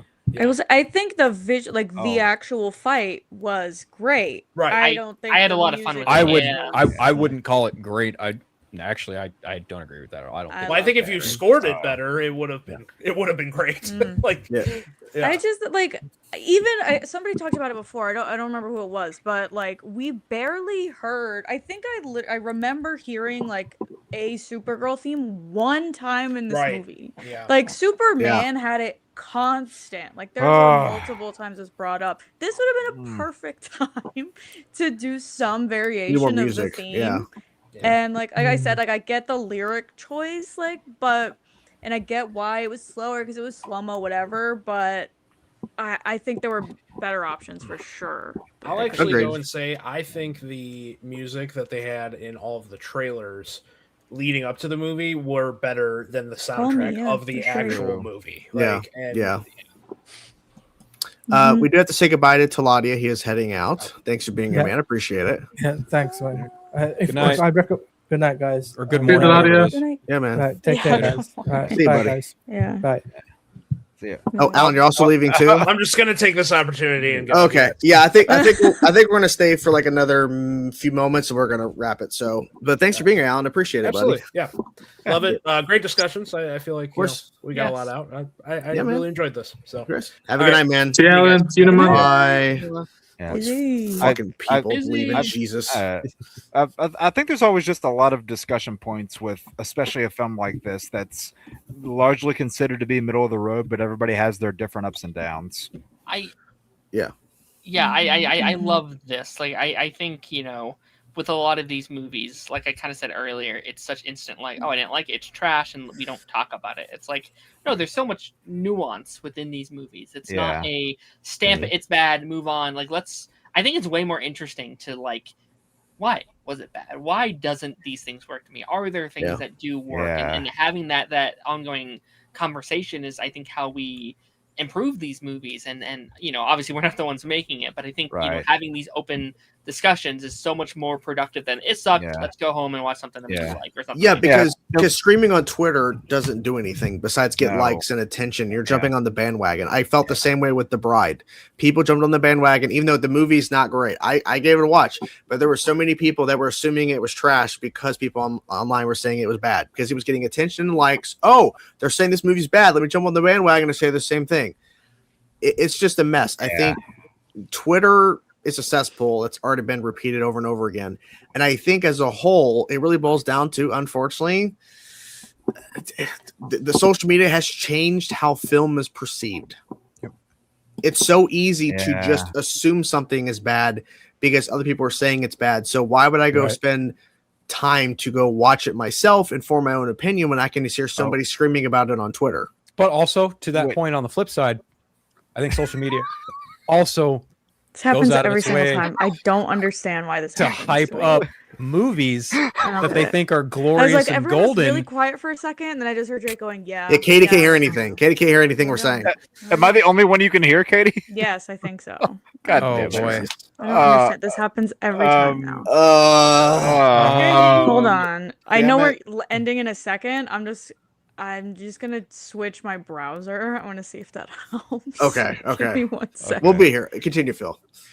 But to your point, social media makes people automatically believe or assume that, because the Rotten Tomato score or because these people have these opinions and I trust them, that I'm going to feel the same way. It goes both ways, because everyone that I've talked to and everyone that I trust who has seen Obsession told me, "Oh man, you have to watch this. It's really good." Well, I went and saw Obsession, guys. Tell me why I didn't like this fucking movie, please. Because film is subjective at the end exactly. of the day. Hey, Emmett, right. Like, you didn't like the movie, you didn't like it. Like, it doesn't have to be an automatic fuck you about it. You just didn't like it. Yeah, and I don't, and I'm not even saying that I think that Obsession is bad or poorly made. I'm just saying, like, I watched it. It's a movie that was made. It's fine. I'm just not of the opinion that it's a great movie. I'm not of the opinion that it's a great horror movie. I think it's fine. I think you just said it was overhyped.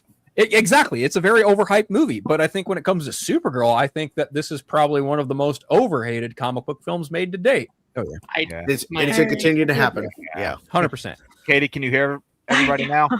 Good. I switched to Chrome. I don't know what the heck the problem. I'm like, maybe it's Safari. I don't know. It's stupid. Yeah, but Nathaniel, I'm fine. Like, I wanted to see Sasha play Supergirl again, but I understand the point of, like, that movie was tainted and it wasn't her fault. But you're still mad about Batgirl. I was a little surprised there were no cameos, no little drops of like. Yeah, because the only thing was Clark had a role. There wasn't like a bunch of like cameos. And No, but I mean like Supergirl wise, like previous ones. Like I was kind of surprised that this. Like Helen Slater. Yeah, I'm surprised. Years. Yeah, no Helen, no Melissa, no Sasha, no nobody. Like even like I know like my friend that I went to see it with wasn't surprised about that. They're like, oh, this isn't like their type of thing. But like it reminds me of what I thought was perfect and like a very, not perfect by any means, but the Little Mermaid live action remake where they had Jodie Benson just do like a little thing passing the jingle hopper, if you will.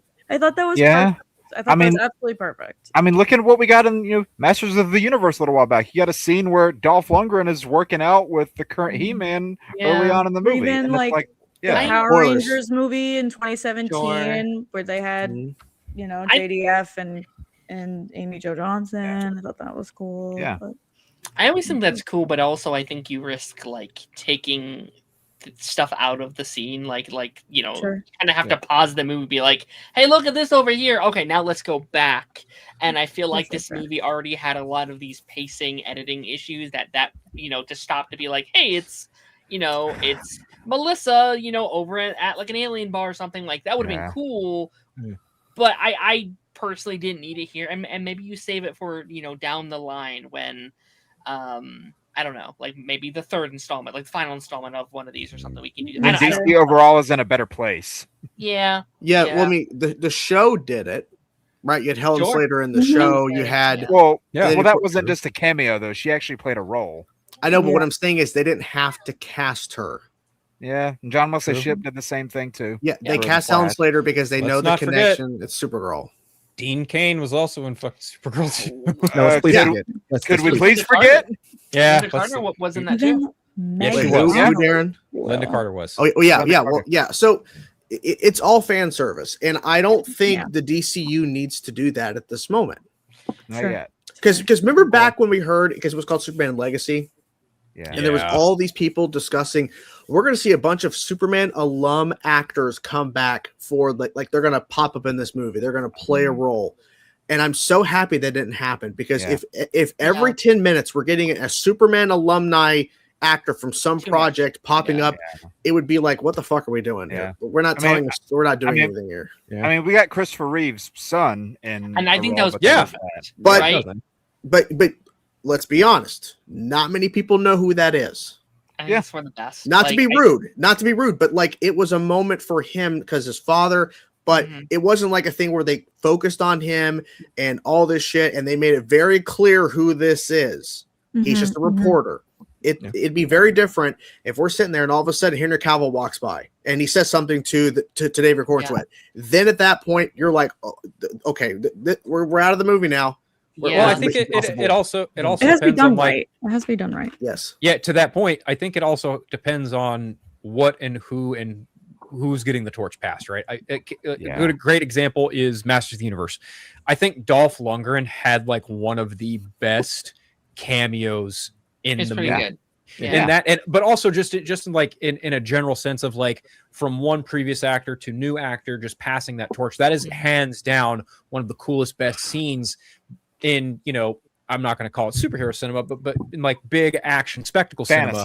Fantasy, right? You know, because Dolph Lundgren was the previous version of He-Man in 1987, and he passes the torch along to Nicholas Galitzine. Now, when it comes to like, you know, Batman and Superman, obviously you can't have say like what if big what if here? What if Christopher Nolan had brought on either Keaton, Clooney, or Kilmer in some kind of role for the Dark Knight trilogy? How awkward would that feel, right? Yeah. Or even before No Way Home, people were like, oh, well, what if Tobey Maguire was like Uncle Ben in the MCU? And now No Way Home, you're just like, no, fuck that. Like that can't be a thing. Like, no, we're not doing this. No. But when it comes to something like The Flash on television, you can absolutely get away with John Wesley Shipp having a role because it made sense. Because he was on TV as a previous version of The Flash, and then he got to jump ship and not only play. He played 3 different versions of you know, well, not of a Flash, but he played characters. He got to play 3 different characters, all with certain ties to Barry Allen in some form or another, and it was done well. And then you go to Linda Carter. She plays the president in fucking Supergirl. That's cool. Why does that make sense? Because once upon a time, Linda Carter was Wonder Woman, the first female superhero television star. And so who's the next one in line? Fucking Supergirl. It makes sense. So when it comes to doing something like this, like Supergirl, could Helen Slater have had some kind of cameo, and would it have been cool? Sure. That's also like if you want to open the fucking can of worms in regards to The Flash, right? The movie. Like, Grant Gustin absolutely probably should have had a minor cameo in that fucking movie. Because if you're gonna go out of your way to show Christopher Reeve and Helen Slater in sloppy AI CGI form, then you can damn well fucking pay Grant Gustin a pretty little penny to show up for 5 minutes. And I don't even think you need to pay him a penny. They had 9 seasons of footage they could have pulled something together from.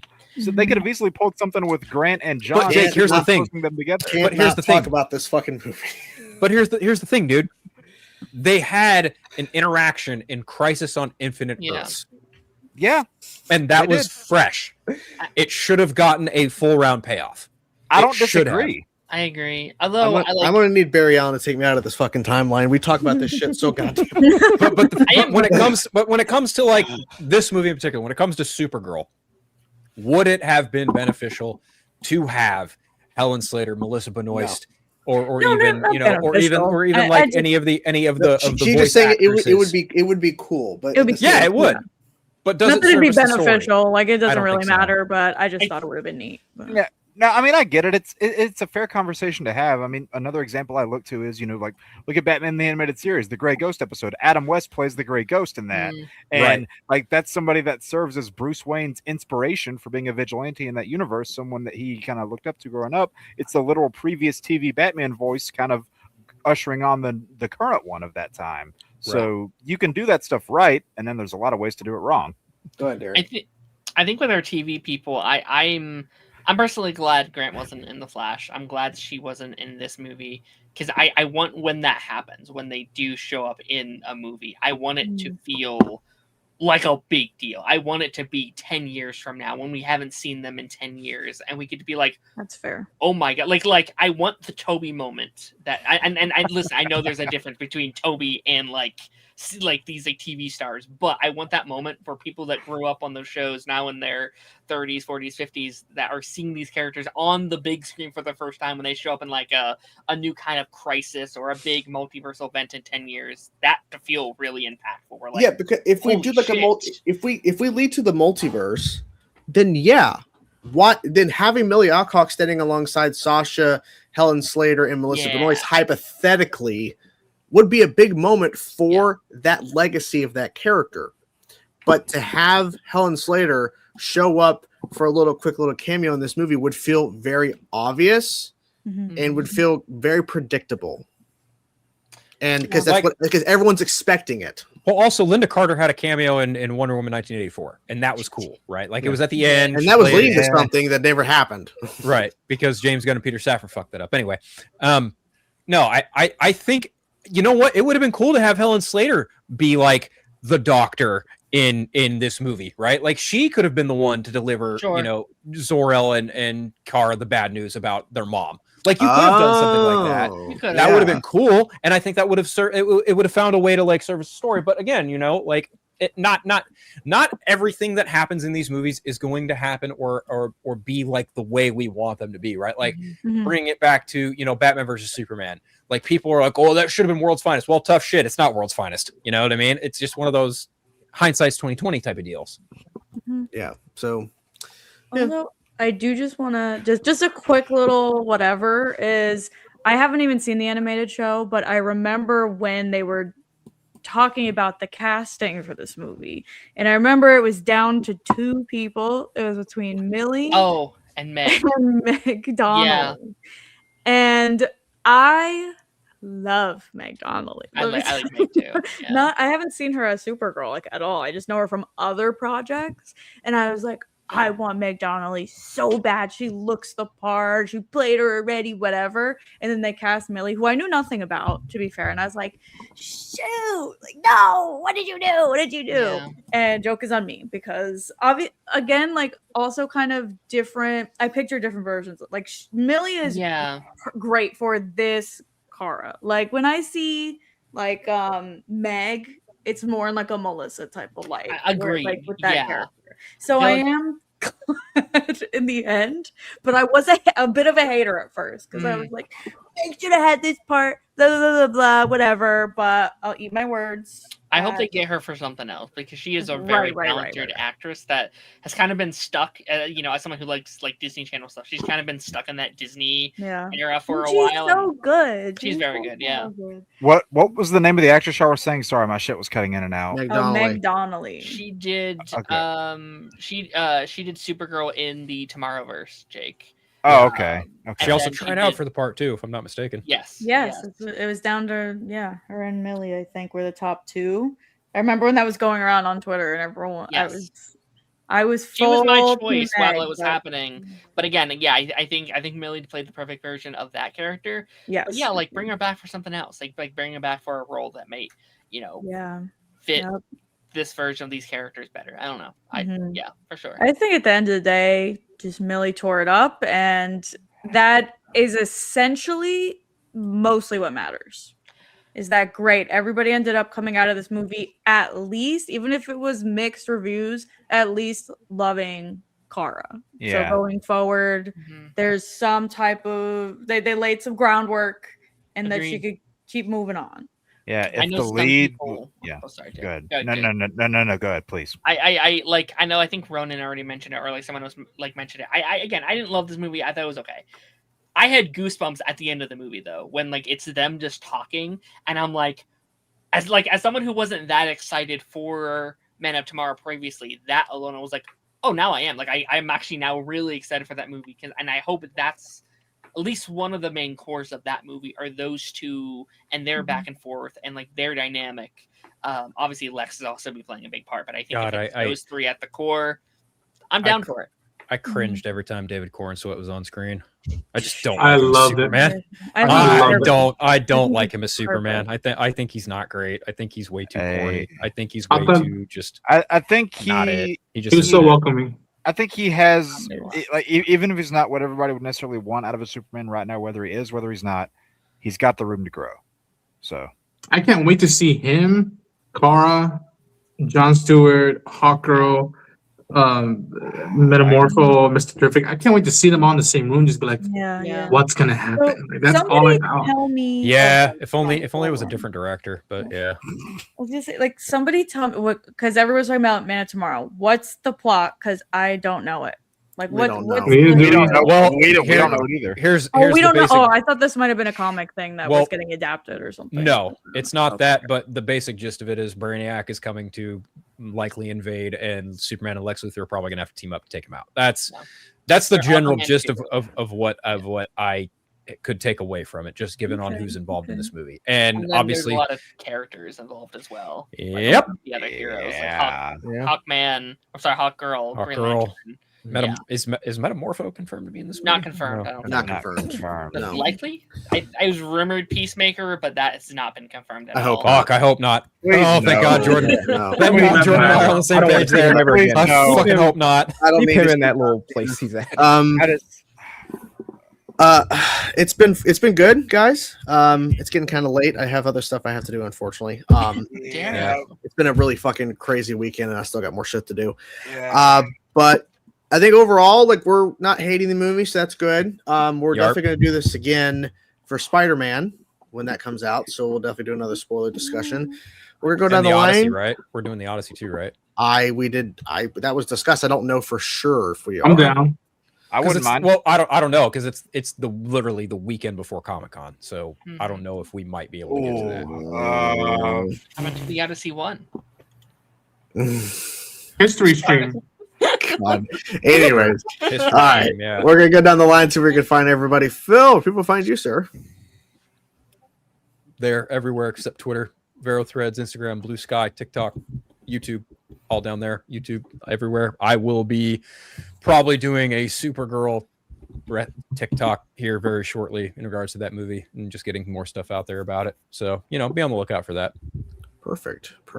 Jake, where people find you? Right there, Drop by Jake on YouTube.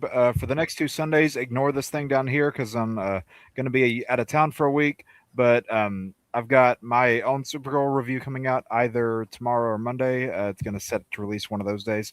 A couple of shorts I'm releasing throughout the week, and not going to be able to react to these, but going to do one video coverage of the first 3 X-Men 97 episodes, and then trying to get as many of the bonus videos as I can out before Comic-Con. We're close to 2K and close to monetization. Let's see if we can get to both. Perfect. Ronan, where people find you, sir? At Ronan Unchained on YouTube and all the socials. Covering anime for the next month. And then every Wednesday, you'll see something of X-Men 97 Season 2. And if everything goes according to right, on every Thursday, you might see a stream involving X-Men stuff. So be on the lookout for that. Gnarly. Perfect. Darren. Hello, yes. You can find me over at Darren Sanctuary, Pipeline every Thursday, after the credits every Monday. Thanks for having me. This was a lot of fun. Of course. Darius, the woke boy. You can find me at There's a Great ENT. Tomorrow I'll be dropping my Supergirl review. I'll also be streaming, continuing 007 First Light. And in the next week, as X-Men's coming out, I'm going to start playing some X-Men Legends. So, Fuck yeah! Good Very choice. Good choice. Fuck yeah. And last but certainly not least, Katie. I'm here most of the time, honestly. Yes. Your channel. We love having you here. Canary Katie, mostly on Twitter, sort of, not really. Or Saltwater Toffee's my other sporty whatever, wrestling, football, hockey, blah blah blah account. But I gotta try and I gotta get cracking, guys. This is I'm being boring. I need to just No, come on. It's okay. Yeah. Also, shout out to Jedi Mike, Alan, and God, I'm blanking. Claudia. Sorry. Hello. Sorry, it has been a long day. Yes, so we will see you guys next Wednesday with the next council, and like it was mentioned, a couple weeks we'll be going to Comic-Con, and a number of us are going to be there, and Darren and Johnny are going to hold down the fort while we're gone to host the show that week, and then we might do the Odyssey as a spoiler discussion, but we are definitely doing Spider-Man, and we're doing Avengers Doomsday at the end of the year. That is confirmed. Correct. We'll be doing those spoilers discussions. So yes, we will see you guys next week. Basically in a couple days. Bye, everybody. Bye-bye.